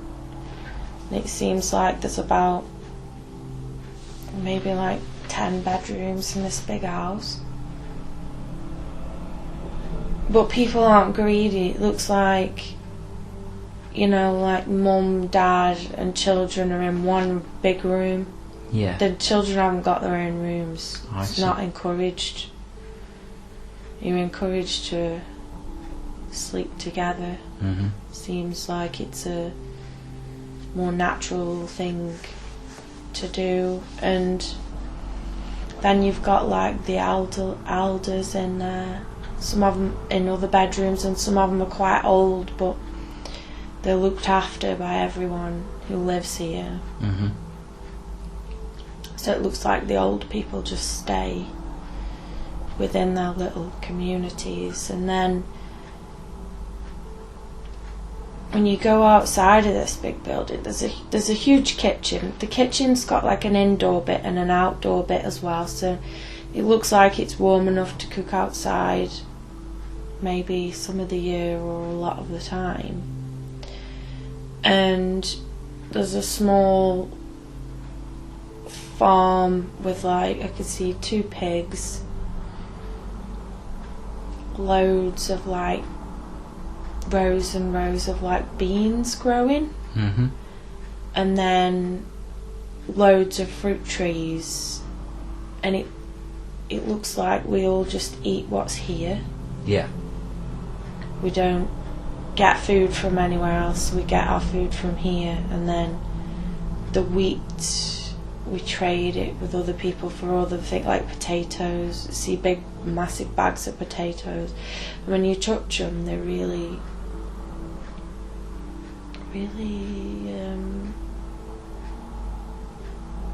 suppose they'd be like, yeah, like your Tesco extra special potatoes. They just look like really perfect potatoes. So it looks like we trade with the other farms. We give them a bag of wheat, they give us a bag of potatoes, and it's like, I don't think there's any money involved. Yeah, so I can see that like we would go to a big place that's like a big warehouse somewhere out of the way, and we would trade things, clothes, shoes, everything's made from natural materials, absolutely everything. And how would you travel?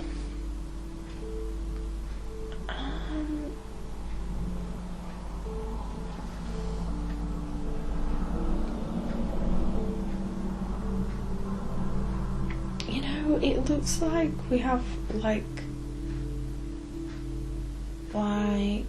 horses and carts. But we have like advanced technology to harvest. Tell me about those then. It's like a machine. Say like a combine harvester is driven by a tractor. A big tractor now. There's no tractors, there's no there's no machinery. It's like a big long metal piece of equipment, and it's really long. When you turn it on, it doesn't look like it uses electricity. It looks like it's solar powered, or something inside of it generates its own fuel. So when you turn it on, it lifts itself off the ground like it hovers. Yeah. And then it just it sweeps over the wheat and just gets it that way. Same as a harvester would, with a rotation, big rotating thing inside of it. But when you look at it, like, all the blades are like really, it's metal, but it's really clean. It doesn't seem like it touches the mud or any of the soil because there's no dirt on it. Or maybe it's like a metal that keeps itself clean, like a self-cleaning. Does it make any noise? Material. Yeah, it makes noise, but more like a vacuum cleaner, like a vibration, like a whoom. Yeah. And that's it. It's not loud. It's loud, but not enough to irritate you. What do people eat? 100% natural ingredients. Rice, beans, potatoes, a lot of fruits. I could see like fruits all chopped up and mixed together, and then with like just yogurts and cheeses and there is bread, but it's very dark, like a rye bread. There's no like white bread. And then, so that would be like a breakfast thing. And then like, there's a lot of like baked potatoes with like just all natural herbs and spices added. There's butter, but it's not messed with in any way. There's no chemicals in it. It's just pure churned butter. You can see that some of the farms do have cows, but it's all very like natural. Everything's natural. There's no chemicals. Nothing's added to any of this. And in the garden, looks like every farm, every settlement will have a herb garden. And people like really know how to use flavours like chives and rosemary, and they really know how to make food taste nicer with all of that. Yeah. And they dry it out, and they dry out the herbs and use them all winter.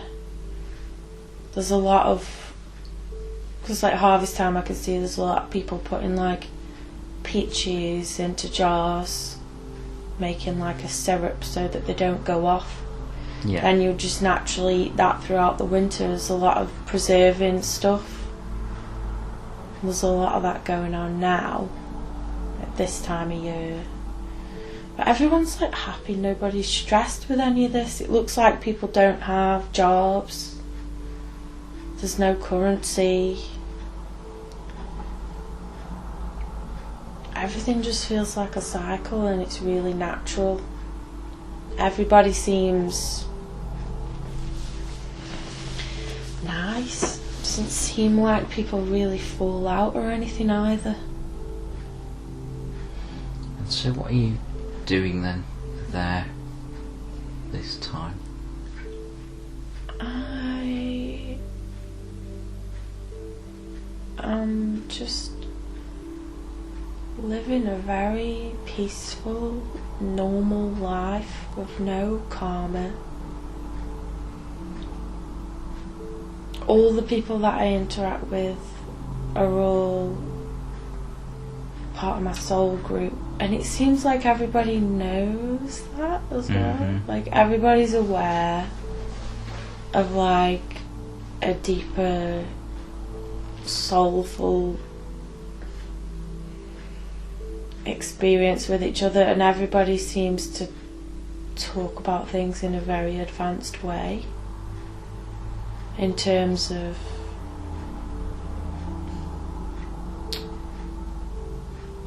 like if we slaughter a pig, which is rare, very rare, once a year maybe, then I think once a year we'd slaughter a pig in the winter when the food gets a bit sparse, but it seems like everybody does like a ritual around it, and like you'd call it like a prayer kind of thing, and everybody realises that there's more of like a soulful reason of why we need to do it, and we've got connection with this pig in like a spiritual way. It's hard to explain, but you wouldn't just kill a pig every week just because you fancied a piece of bacon. Yeah. Nobody would do that. Nobody. In fact, if you did do that, it would be frowned upon, and then you'd be declared insane, because you'd be acting like as a form of evil doing that. So what happens if people do break the rules, that sort of things? I can see that there is like a place in the city. So there is a city. It's about 10 miles away, and it's very futuristic. There's skyscrapers, but it looks like they're like metal, but the metal's like reflective, very, very shiny buildings. And I don't know if the heat from the sun heats up this metal and then it generates all the electricity inside. But there's no power grid here, there's no electricity how we would consider it now, with big generators or big noisy machines. There's none of that. And then in the city, so like there's rules, they're not written, they're all just in the mind, and everybody understands them naturally. Like there's natural rules of order. So then in the city, if you lived on my settlement, and say there was a man and he decided that he fancied some bacon and he slaughtered a pig at the wrong time of year when we didn't really need it, it was just greedy, we would report them, we'd report this, and they would know. Everybody's like higher consciousness level. The guy would know that we have to report it. And people seem to commit, they're not even crimes, they're just acts. They seem to commit them as a cry for help, and they know something's wrong, and then they get taken into the city. But when the people come from the city people do have transport.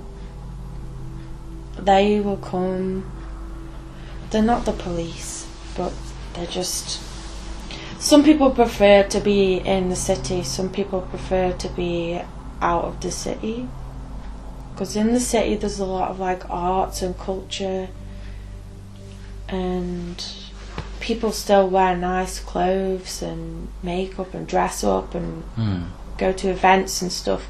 But the people who live on the farms, they're not really the kind of people who are like interested in any of that. They prefer being outside. But there's like two different groups of people. So the people who are drawn to be in the city, like they work either for not even the government, just like a body of people that come together and they decide they want to sort of like the police, but not really, because they don't like arrest anybody or anything, because if someone committed an act that was wrong, they would know that they have to be taken. So then they get, so like the cars that they would come in, they don't have wheels, they hover as well.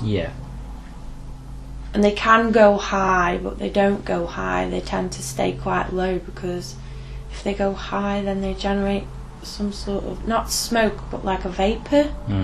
And that interacts, the vapour that they create interacts with the clouds and like the natural rain. So we don't interfere with the sky or nature or anything natural at all. So they stay on the ground, they don't have any emissions, they don't create any dirt, only like a very small amount of like vapour, water vapour that comes out of them. So it's just like a bubble of shiny metal. The doors just go and like slide open.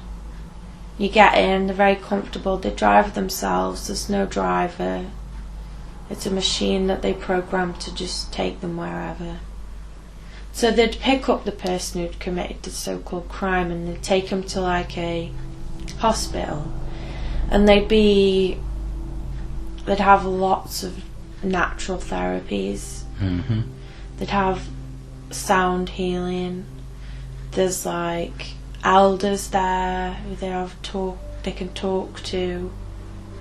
They talk to the elders. They have plant medicines, and there's doctors of sort that work there, but they sort of like use nature. They can figure out what's wrong with the person as to why they're acting out, or because it's all caused by pain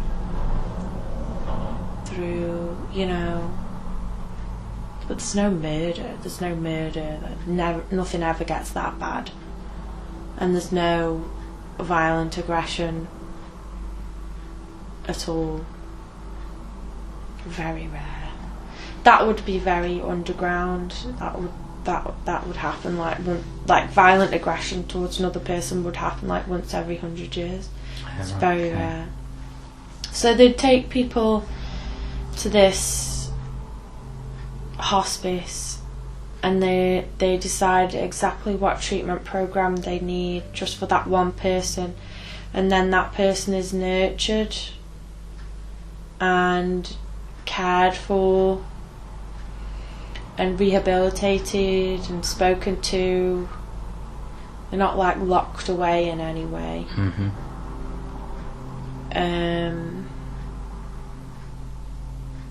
So yeah, that's a really like nice environment. And say like I'm in the farming sort of community, but if I had a child and they decided they wanted to go and be one of these doctor healer people, they could just go whenever they want. There's no obligation to stay anywhere, there's no expectation of people to have certain roles. It's just everybody knows by the time they're like 14, everybody knows what they're drawn to, what they're interested in. Like some of my children would be, they love the farm, and they're obviously going to stay and carry this on as a vocation, but then like some of my other children might be drawn to, they'll be like, oh, can you take me into the city, when they're like 10, because they've got like a natural draw. And then you'd maybe take them to the museum and do things that you would do to show kids around, and then they'll just have little things that they know that they're drawn to, like teaching or history, or there's no obligation for anyone to go to school or university at all. They do it if they want to. The children can go to school if they want to, and some do. Some children are really drawn to mathematics and academics and technology and all that. Other children just, would love the farm and just stay, and they learn about the soil and the air and all of that. So there's no expectation on anybody to do anything. And is there a religion or anything resembling that? No, it's just like the closest thing you can describe it to is just like there's an understanding of what being a human is, and what the laws of the earth are in terms of nature, and everybody just knows it. Everybody just follows it. And some people you would say are quite connected to the stars. The sky's got a big importance for some reason. There's no pollution. There's not much light pollution either. Seems like we actually use a lot of candles as well, you know. Yeah. A lot of just natural candles instead of switching on actual lights, you know, when it goes dark. And the sky, so there's not much light pollution. The sky's really important. Some people feel like they're really connected to the stars, and they'll talk about the stars and they'll meditate on the stars. That's sort of like a religion. But not everybody's like that. Some people feel more connected to the earth. Everybody just understands the rhythms of nature. Like everybody is just tuned in to the birds and the air. People are just really, they just understand nature really. So I think the religion would just be like looking after the earth, you know. And you get the sense that all of the towns and countries across the earth are the same? No. There's one place, and I think you would say sort of in the region of where China is now, where they do still use what we would call dirty technology. They generate smoke, you know, they would use fossil fuels and things, I think. But it's quite a small place, and it's not having an impact on anywhere else. It's just that one place. Pretty much everywhere else lives like we do, but they have their own versions of it. Because I'm like in the northern hemisphere, whereas like in the southern hemisphere they live the same, but the farming's different because everything's tropical and they grow a lot more. Like I can see that like coconut is really useful, but we can't grow them here. It's further south, so everybody's got their own version of this, but we don't import anything from other areas. Like we don't bring coconuts here because there's no need to. They use them where they are. Everybody uses what they have locally, and it works perfectly fine. And is there you spoke about elders, is there a system of government or anything like that? Not really. Everything just happens naturally. Like people are drawn to what they want to do, and it all just works out. Everything just falls into place. So there is people that would work in the museums, there's people that would work in the hospice, there's people that would work where they make all the technology, like in factories, but there's no dirt that comes from the factories. They don't generate anything. There's no waste materials either. And if there is, it's all natural, so it can all just go back into the earth. So it seems like there doesn't need to be anyone in charge. It's just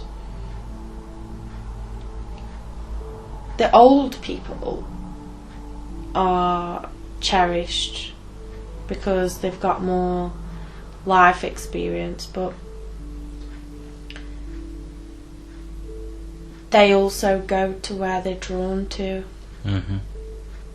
So, and if they've worked in, say, the History Museum and preserved things from the past for public knowledge, if they've done that all of their life, then if they want to retire as such and come onto a farm, then people just take them in and look after them until they die naturally.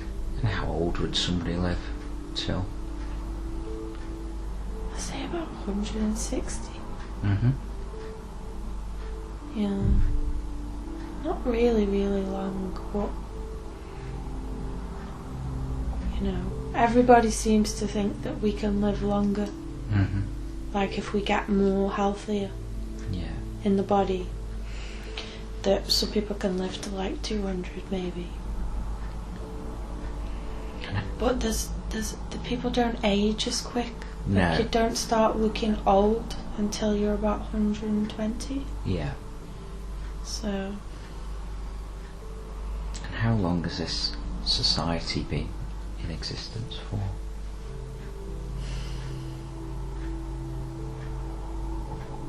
About 500 years now. Mm-hmm. Not that long, but it's slowly become like this. So over thousands of years, the dirty technology was forgotten and got rid of and scrapped. And so it was like an evolutionary process that took a while to get to this.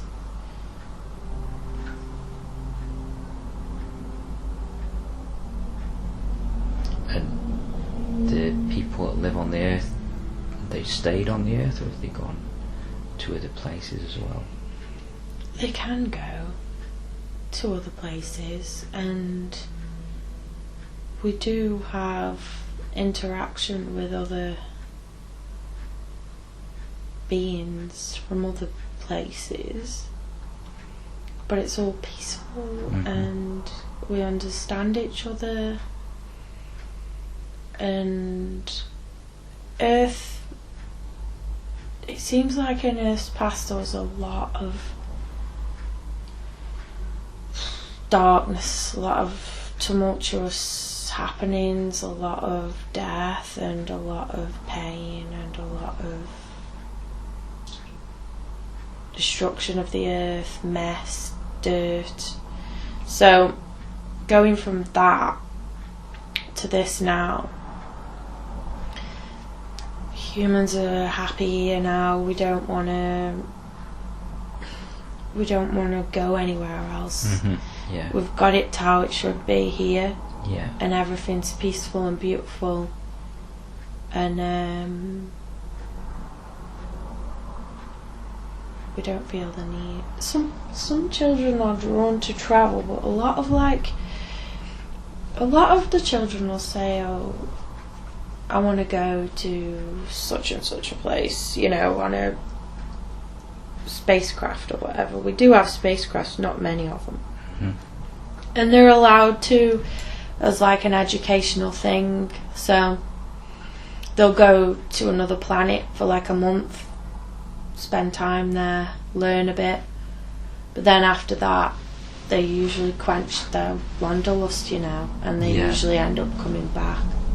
I know there is humans that live on other planets, just like somebody who moves to South America and just prefers it. They just stay there because they like it, not for any particular reason.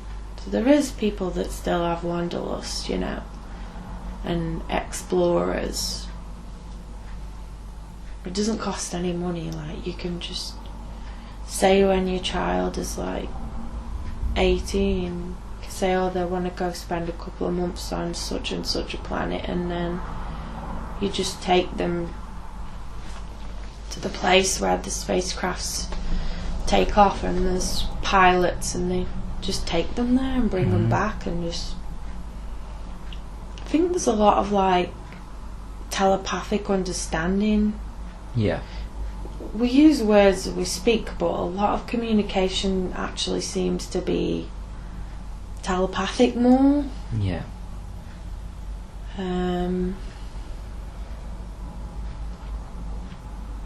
there's not a lot of words used.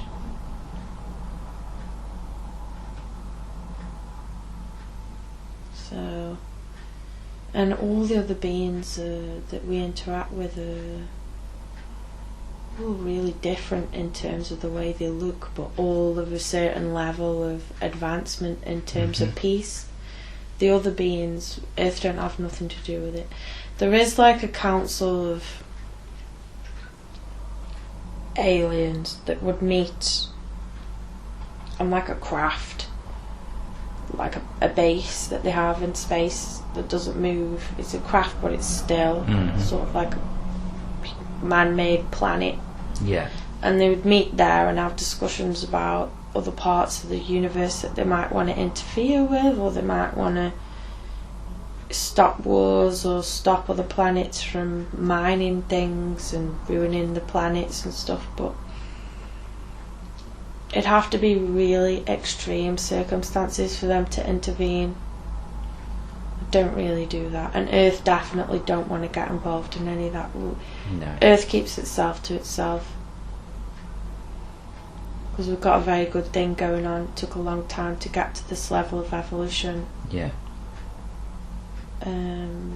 Took a lot of dark times of humans like poisoning their own bodies, poisoning the soil, poisoning animals, for them to finally realise that everything that you need is in nature, so stop destroying it.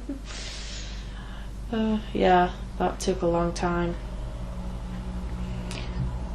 And what's your name? Or do you even have one? We don't have names, we have more like sounds. Yeah. So like, there's not a lot of verbal communication, so say if I was off somewhere on my own and someone in the house wanted me for something, they could like know where I was and then come and find me. Like they would be like, oh, where are they? And then they'd see me like next to such and such a tree, Oh, I or see. Yeah. down in that part of the farm, and then they'd just come walk to me because they'd know where I was.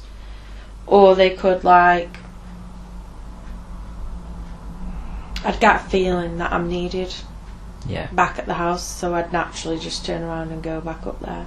There's like a lot of tuning into each other, so we don't say a lot of words, but people will have like their own, say if you wanted to like shout someone, you still can do that, or to like, you know, tell a child off. Everyone's got their own sound, very unique, so like, but very one syllable, so it'd be like nah or rah, or there's a lot of different tones involved. And it's just one sound. Everybody has like a one sound, but sometimes for the children it's just like a group sound for the kids. So yeah, there isn't really any names, really, just sounds that identify people. So what particular path are you on then in this I'm place just of time? like happy on the farm, and I'm just living like a karma-free life with a partner and children. There's no contraception or anything. No.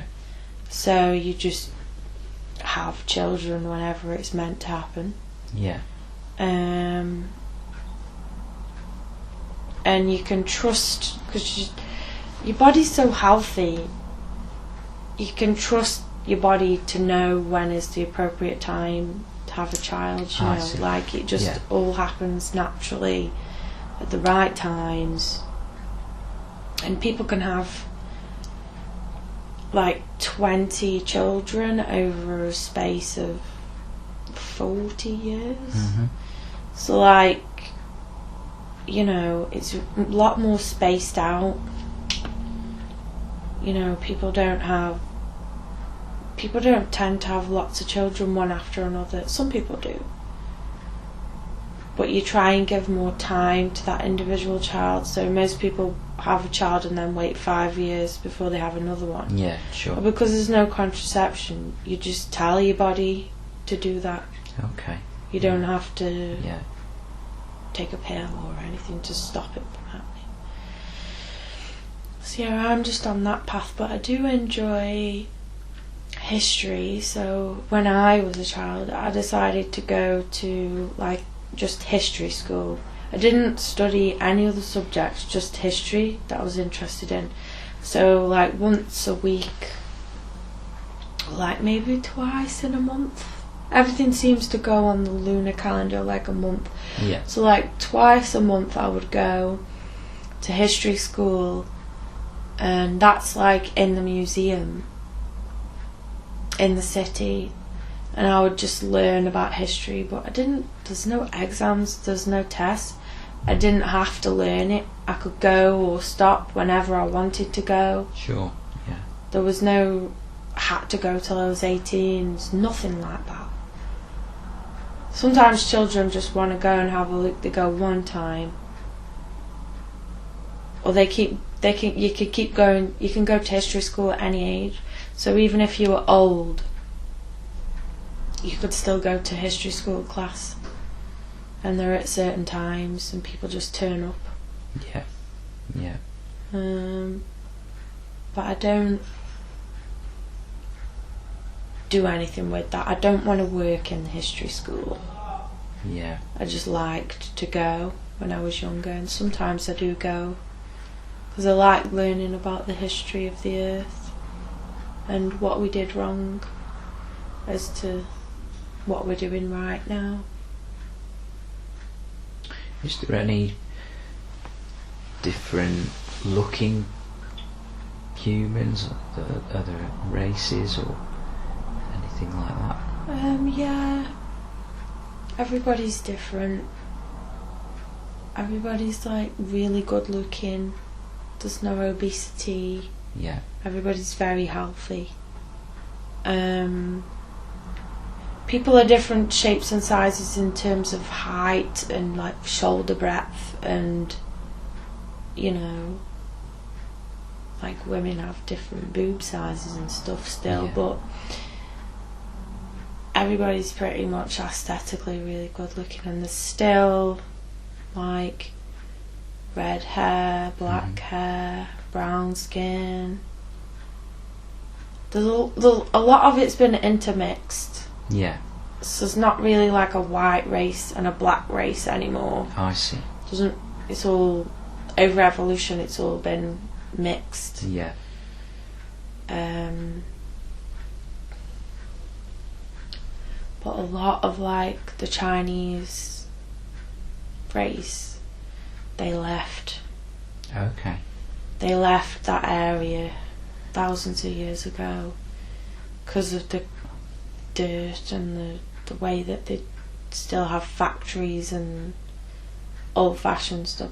The people that live in that area now, there's only about 10,000 humans there in the dirty place. There's no name for it. It's in the area of China, but everybody just calls it the dirty place. I see. Yeah. And then all the other Chinese came, joined all the other places. So most people have Chinese in their genetics now. Oh, I see. Because there's like a mass migration. So yeah, everybody's pretty much, you know, bred. How many people are there in the world now? I think about 1 billion. There's a lot more open space, natural forests. The population seems to just control itself. It never gets... It'll fluctuate between 2 billion and 1 billion, and it'll just go up and down like this. And when it seems like there's getting too many people where we're going to have a bad effect on the globe, we just decide not to have any more children for a while. Or less children, you know. And everyone seems connected and seems to know I see. There's like a consciousness that everyone's like tapped into, like an intuition and telepathy is really strong in people, so there's no TV or news or anything. It's just like, say you'll be sitting around the table in the farm one evening and somebody be like, oh, I had a feeling about, I had a thought that the population's getting a bit big again. And everyone will be like, yeah, I felt that as well. Yeah, I was thinking that. And it's just like a thought that pops into your head. And usually you all get it at the same time. And then everybody just seems to make decisions based on those intuition, those little thoughts that you have sometimes. Everyone seems to follow them. And it just all seems to work out perfectly. Is there anything in terms of medicines, or are they purely natural? Herbs, plants. Yeah. There's a lot of use of everything natural, so there's anaesthetic for operations. It's plants. Tinctures made from plants and herbs. Seems like a lot more fungi is used. Fungi and is used for a lot of things. There's still penicillin. Yeah. That's allowed to be used. There's no pharmaceutical chemical drugs anymore. They're not allowed to be used. And there's no law or rule, it's just everyone knows that they're bad. People are allowed to do recreational plant medicine. Yeah. People are allowed to do magic mushrooms if they feel they want to. But usually people do them when they're harvested at the right season. Yeah. People are allowed to make alcohol from their own crops. But people don't drink alcohol. People just drink alcohol when they've got toothache, or I see. If it's harvest time, there'll be a party. Yeah. People drink alcohol then, just for a dance and stuff. There's no abuse of alcohol, really. There might be a little bit, maybe. But a lot of people that would form an addiction to alcohol, they're taken into the hospices and they're healed by shamans. They're not shamans, but they're sort of like that. They'd be healed, and it doesn't last. Alcoholism doesn't last very long here. No.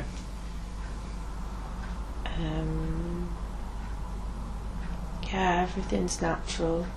And there's pretty much, we don't try and like cure things. If there's disease,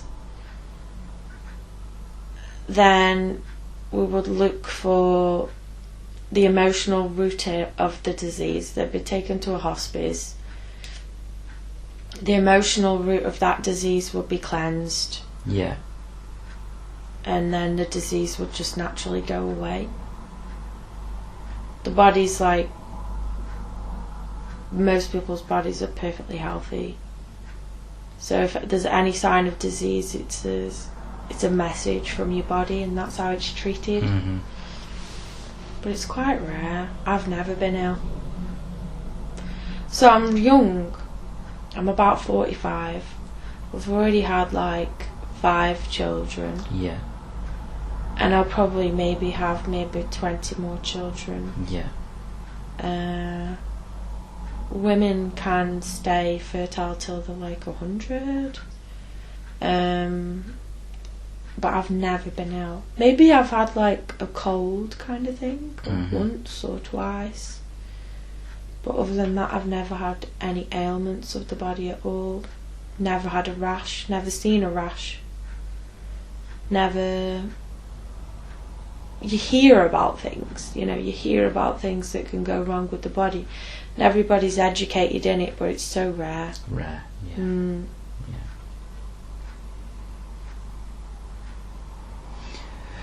So what lessons do you think Becky could draw from how things are going to be? I think that people on Earth, they don't need to worry about the now. Like, we're in this time, it's a process. You're in the dark ages, so to speak. Mm-hmm. You're in the dark ages where you're being manipulated and there's evil that exists, but evolution goes upwards, not downwards, so it'll all work itself out. However, Becky really needs to remember what this human body feels like, what it can do, be more healthy, be more hydrated. Like, people think you need to drink like 2 litres of water a day. No, you need to drink so much more than that. Yeah. So much more. Yeah. Like, and get more water from fruits and natural things that you eat as well. And don't put anything in your water like chemicals or just water is fine. That's what the body wants. That's what the human body needs, is water. You could say that humans can drink 3-4 litres of water a day or more, and Becky needs to treat her vessel more kindly and just eat just natural things. I mean, the problem is on the earth at the moment that people are gearing up towards less cruelty, so mass farming is very cruel and very dark. Yeah. So yes, stay away from meat, but the problem is with the vegan movement is that there's still a lot of processed, there's mushed up stuff made in factories, salt, chemicals added to it, mushed up. That's no good for you. The body doesn't want that. So if you're gonna look after the body, it has to be organic beans, rice, flour, make your own bread. Some things aren't bad, like you say, like tomato ketchup is just like tomatoes and vinegar, that's fine. Yeah. We make a version of that now, but it's other things like processed, just anything processed. If you can't dig it out of the ground or pick it off a bush, don't eat it. Don't eat it. Yeah. It's not good for the body. It creates disease. It creates imbalance in the body. If you're going to drink coffee, buy organic beans, grind them yourself, make it that way. Milk is fine. Cow's milk is fine, actually. It's just a way of farming the cows without it being cruel that needs to be found. Okay, yeah. But it is natural for the human body to react well to cow's milk. In terms of healing,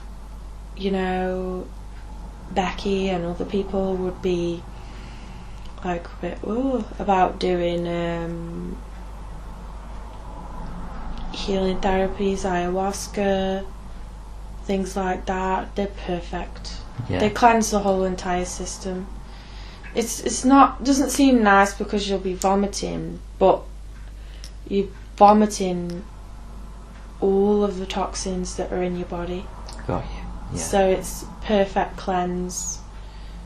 There's also other medicines out there that you can use to cleanse your lymphatic system,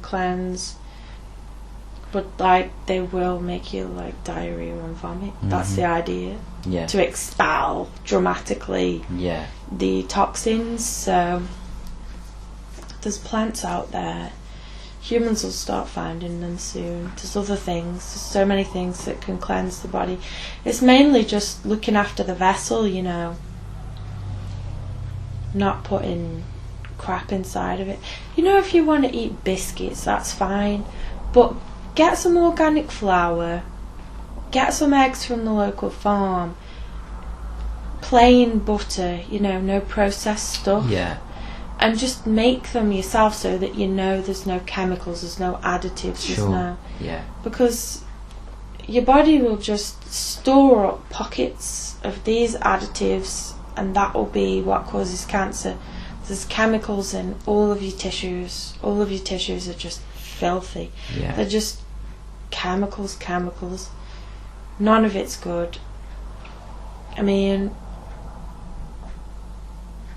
a lot of people take antibiotics when they don't need them to. There's natural cures for all infections.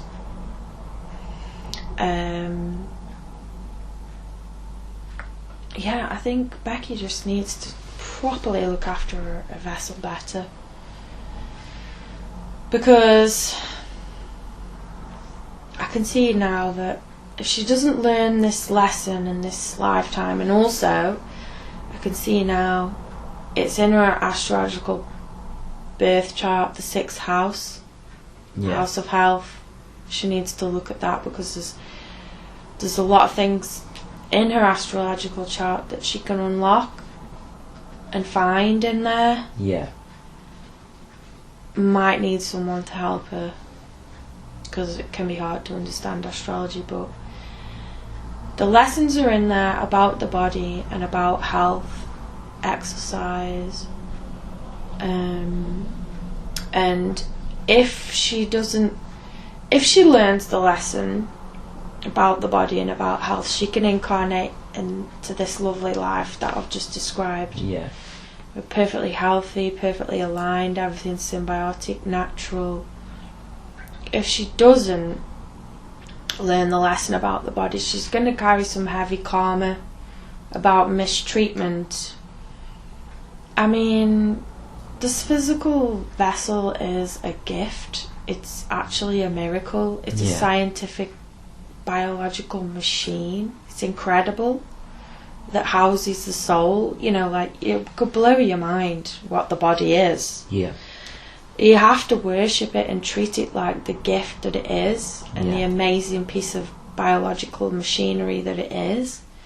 If you don't, if you abuse the body and just throw crap in it and don't respect it, and things like self-harm, biting your nails, bad habits, smoking, it's all degradation of the holy vessel.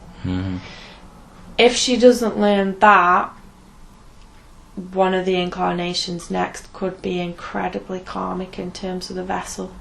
It could be going back in time and being a leper or diseased, having some kind of horrible disease, like having to relive the plague again or something, having to go into a future timeline where everybody is really obese and incredibly unhealthy. They've got no bone structure, and they've evolved to become like horrible blobs. You know, and they just keep feeding all this chemicals and crap, and that would be a really unpleasant lifetime.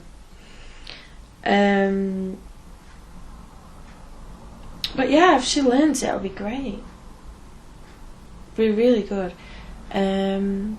She's got a lot of heavy karma involved with the vessel itself. You know, a lot of lifetimes where she's experienced abuse or, you know, injuries, or not so much diseases, but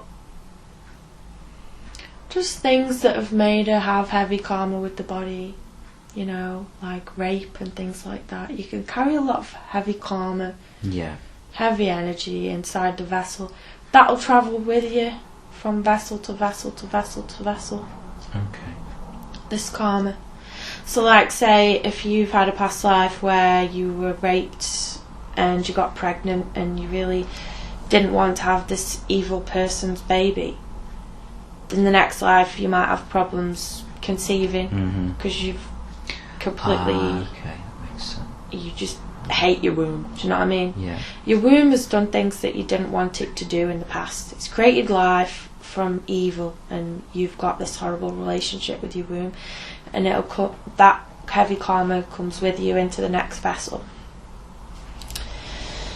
But you can be aware of it and cleanse it. How is that done? So many ways. You can use herbs. Combination of like physical and emotional healing of that part of the body. So like, you can take herbs that are good for women, like primrose oil, rose petals. You can get essential oil made from rose petals. That's really connected to the womb. You can take tinctures and things. They're all actually available in this time now. So you can buy them from like holistic therapies. You could do ayahuasca. You could do very much cleansing, purging.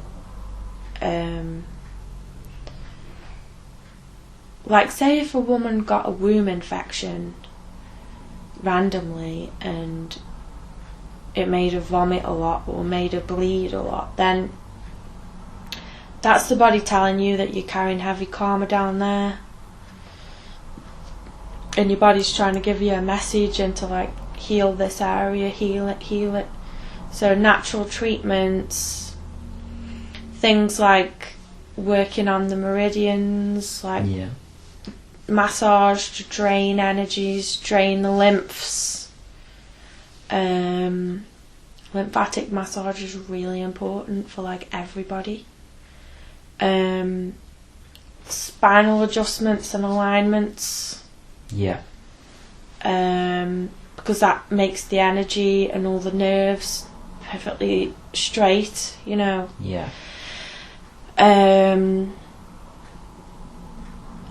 can cleanse your karma just by, energetic therapies like Reiki, getting someone else to do it for you. It's possible. Reiki, people who do tapping, working on the meridians, these people have got this knowledge. They can help you release the karma. It'll be a heavy process. You're best off using herbs and people to help you. So a combination of both. But if you decide you want to release that heavy karma, the day you decide it, your body will cooperate and it will disperse. It's all about making that decision. Don't want to carry this anymore. Help me to release it, If you want to attract someone who can help you, even just going into a trance, into hypnotherapy, if you 100% decide that you've got some karma in the womb or in the heart or anywhere in the body. Say if you had angina or a regular heartbeat, there's a lesson, something there, your body's telling you there's something there. And if you wanted to release it, you could go into a trance state with a hypnotherapist, and as long as you consent and you're ready to release that, and you don't want it anymore, it's all about the power of your own mind and soul, then a hypnotherapist can guide you into the correct level of consciousness to release that energy. I see. So while we're speaking about in this time and place, I know a lot of people who've got this thing called endometriosis. And what's that a manifestation of? How? It seems like a rejection of your own menses. Women have a cycle, and it's viewed upon as maybe dirty in some cultures, maybe painful, maybe uncomfortable, maybe nobody wants it to come. Oh, my period's coming. That attitude, it's a gift that you're given. The reason why you would have painful, heavy periods, heavy menstruation, is because there's toxins collecting in your endometrial lining.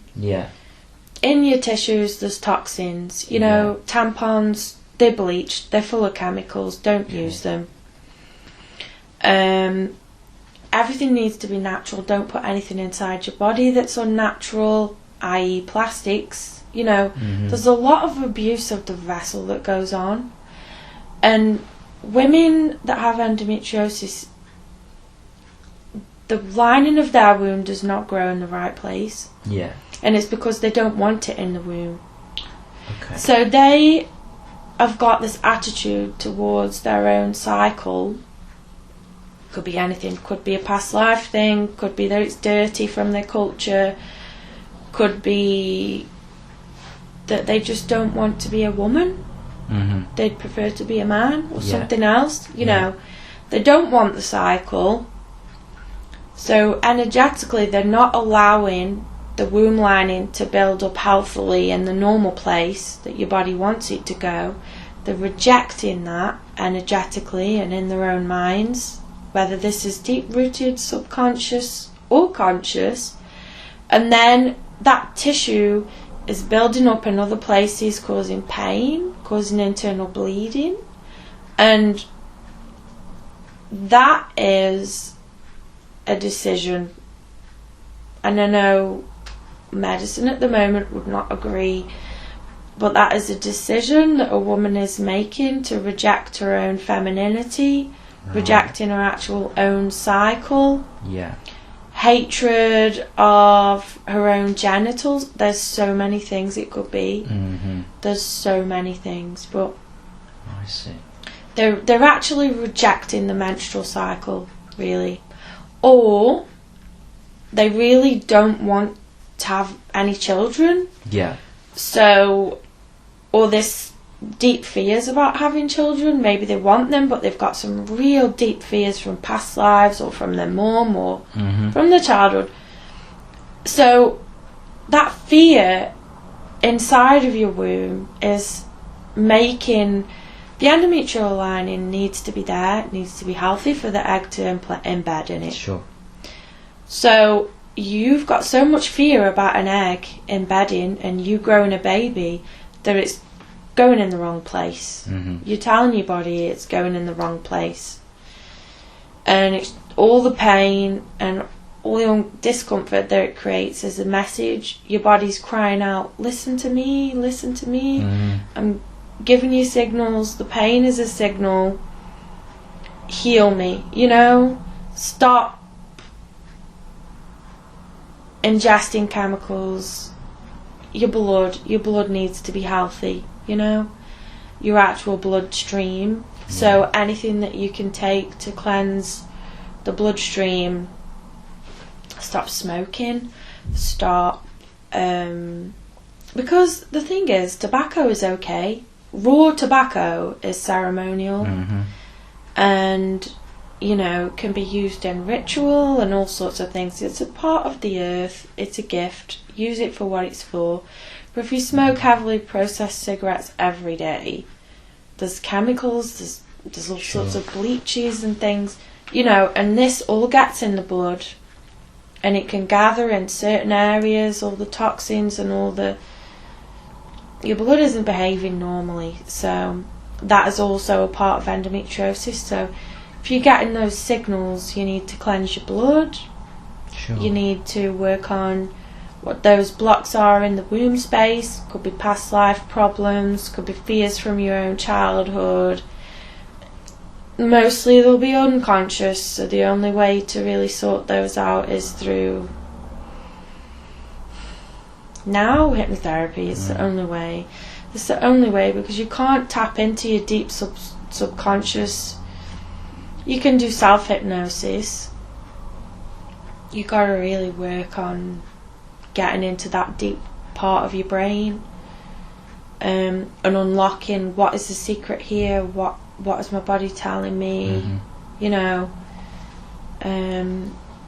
Reiki is an energetic therapy that can help ease the pain of endometriosis, right? So you can be assisted in getting the energies flowing correctly down there, but only you can remove the actual blockage that's causing the disease. A Reiki healer can't do that for you. Oh, I see.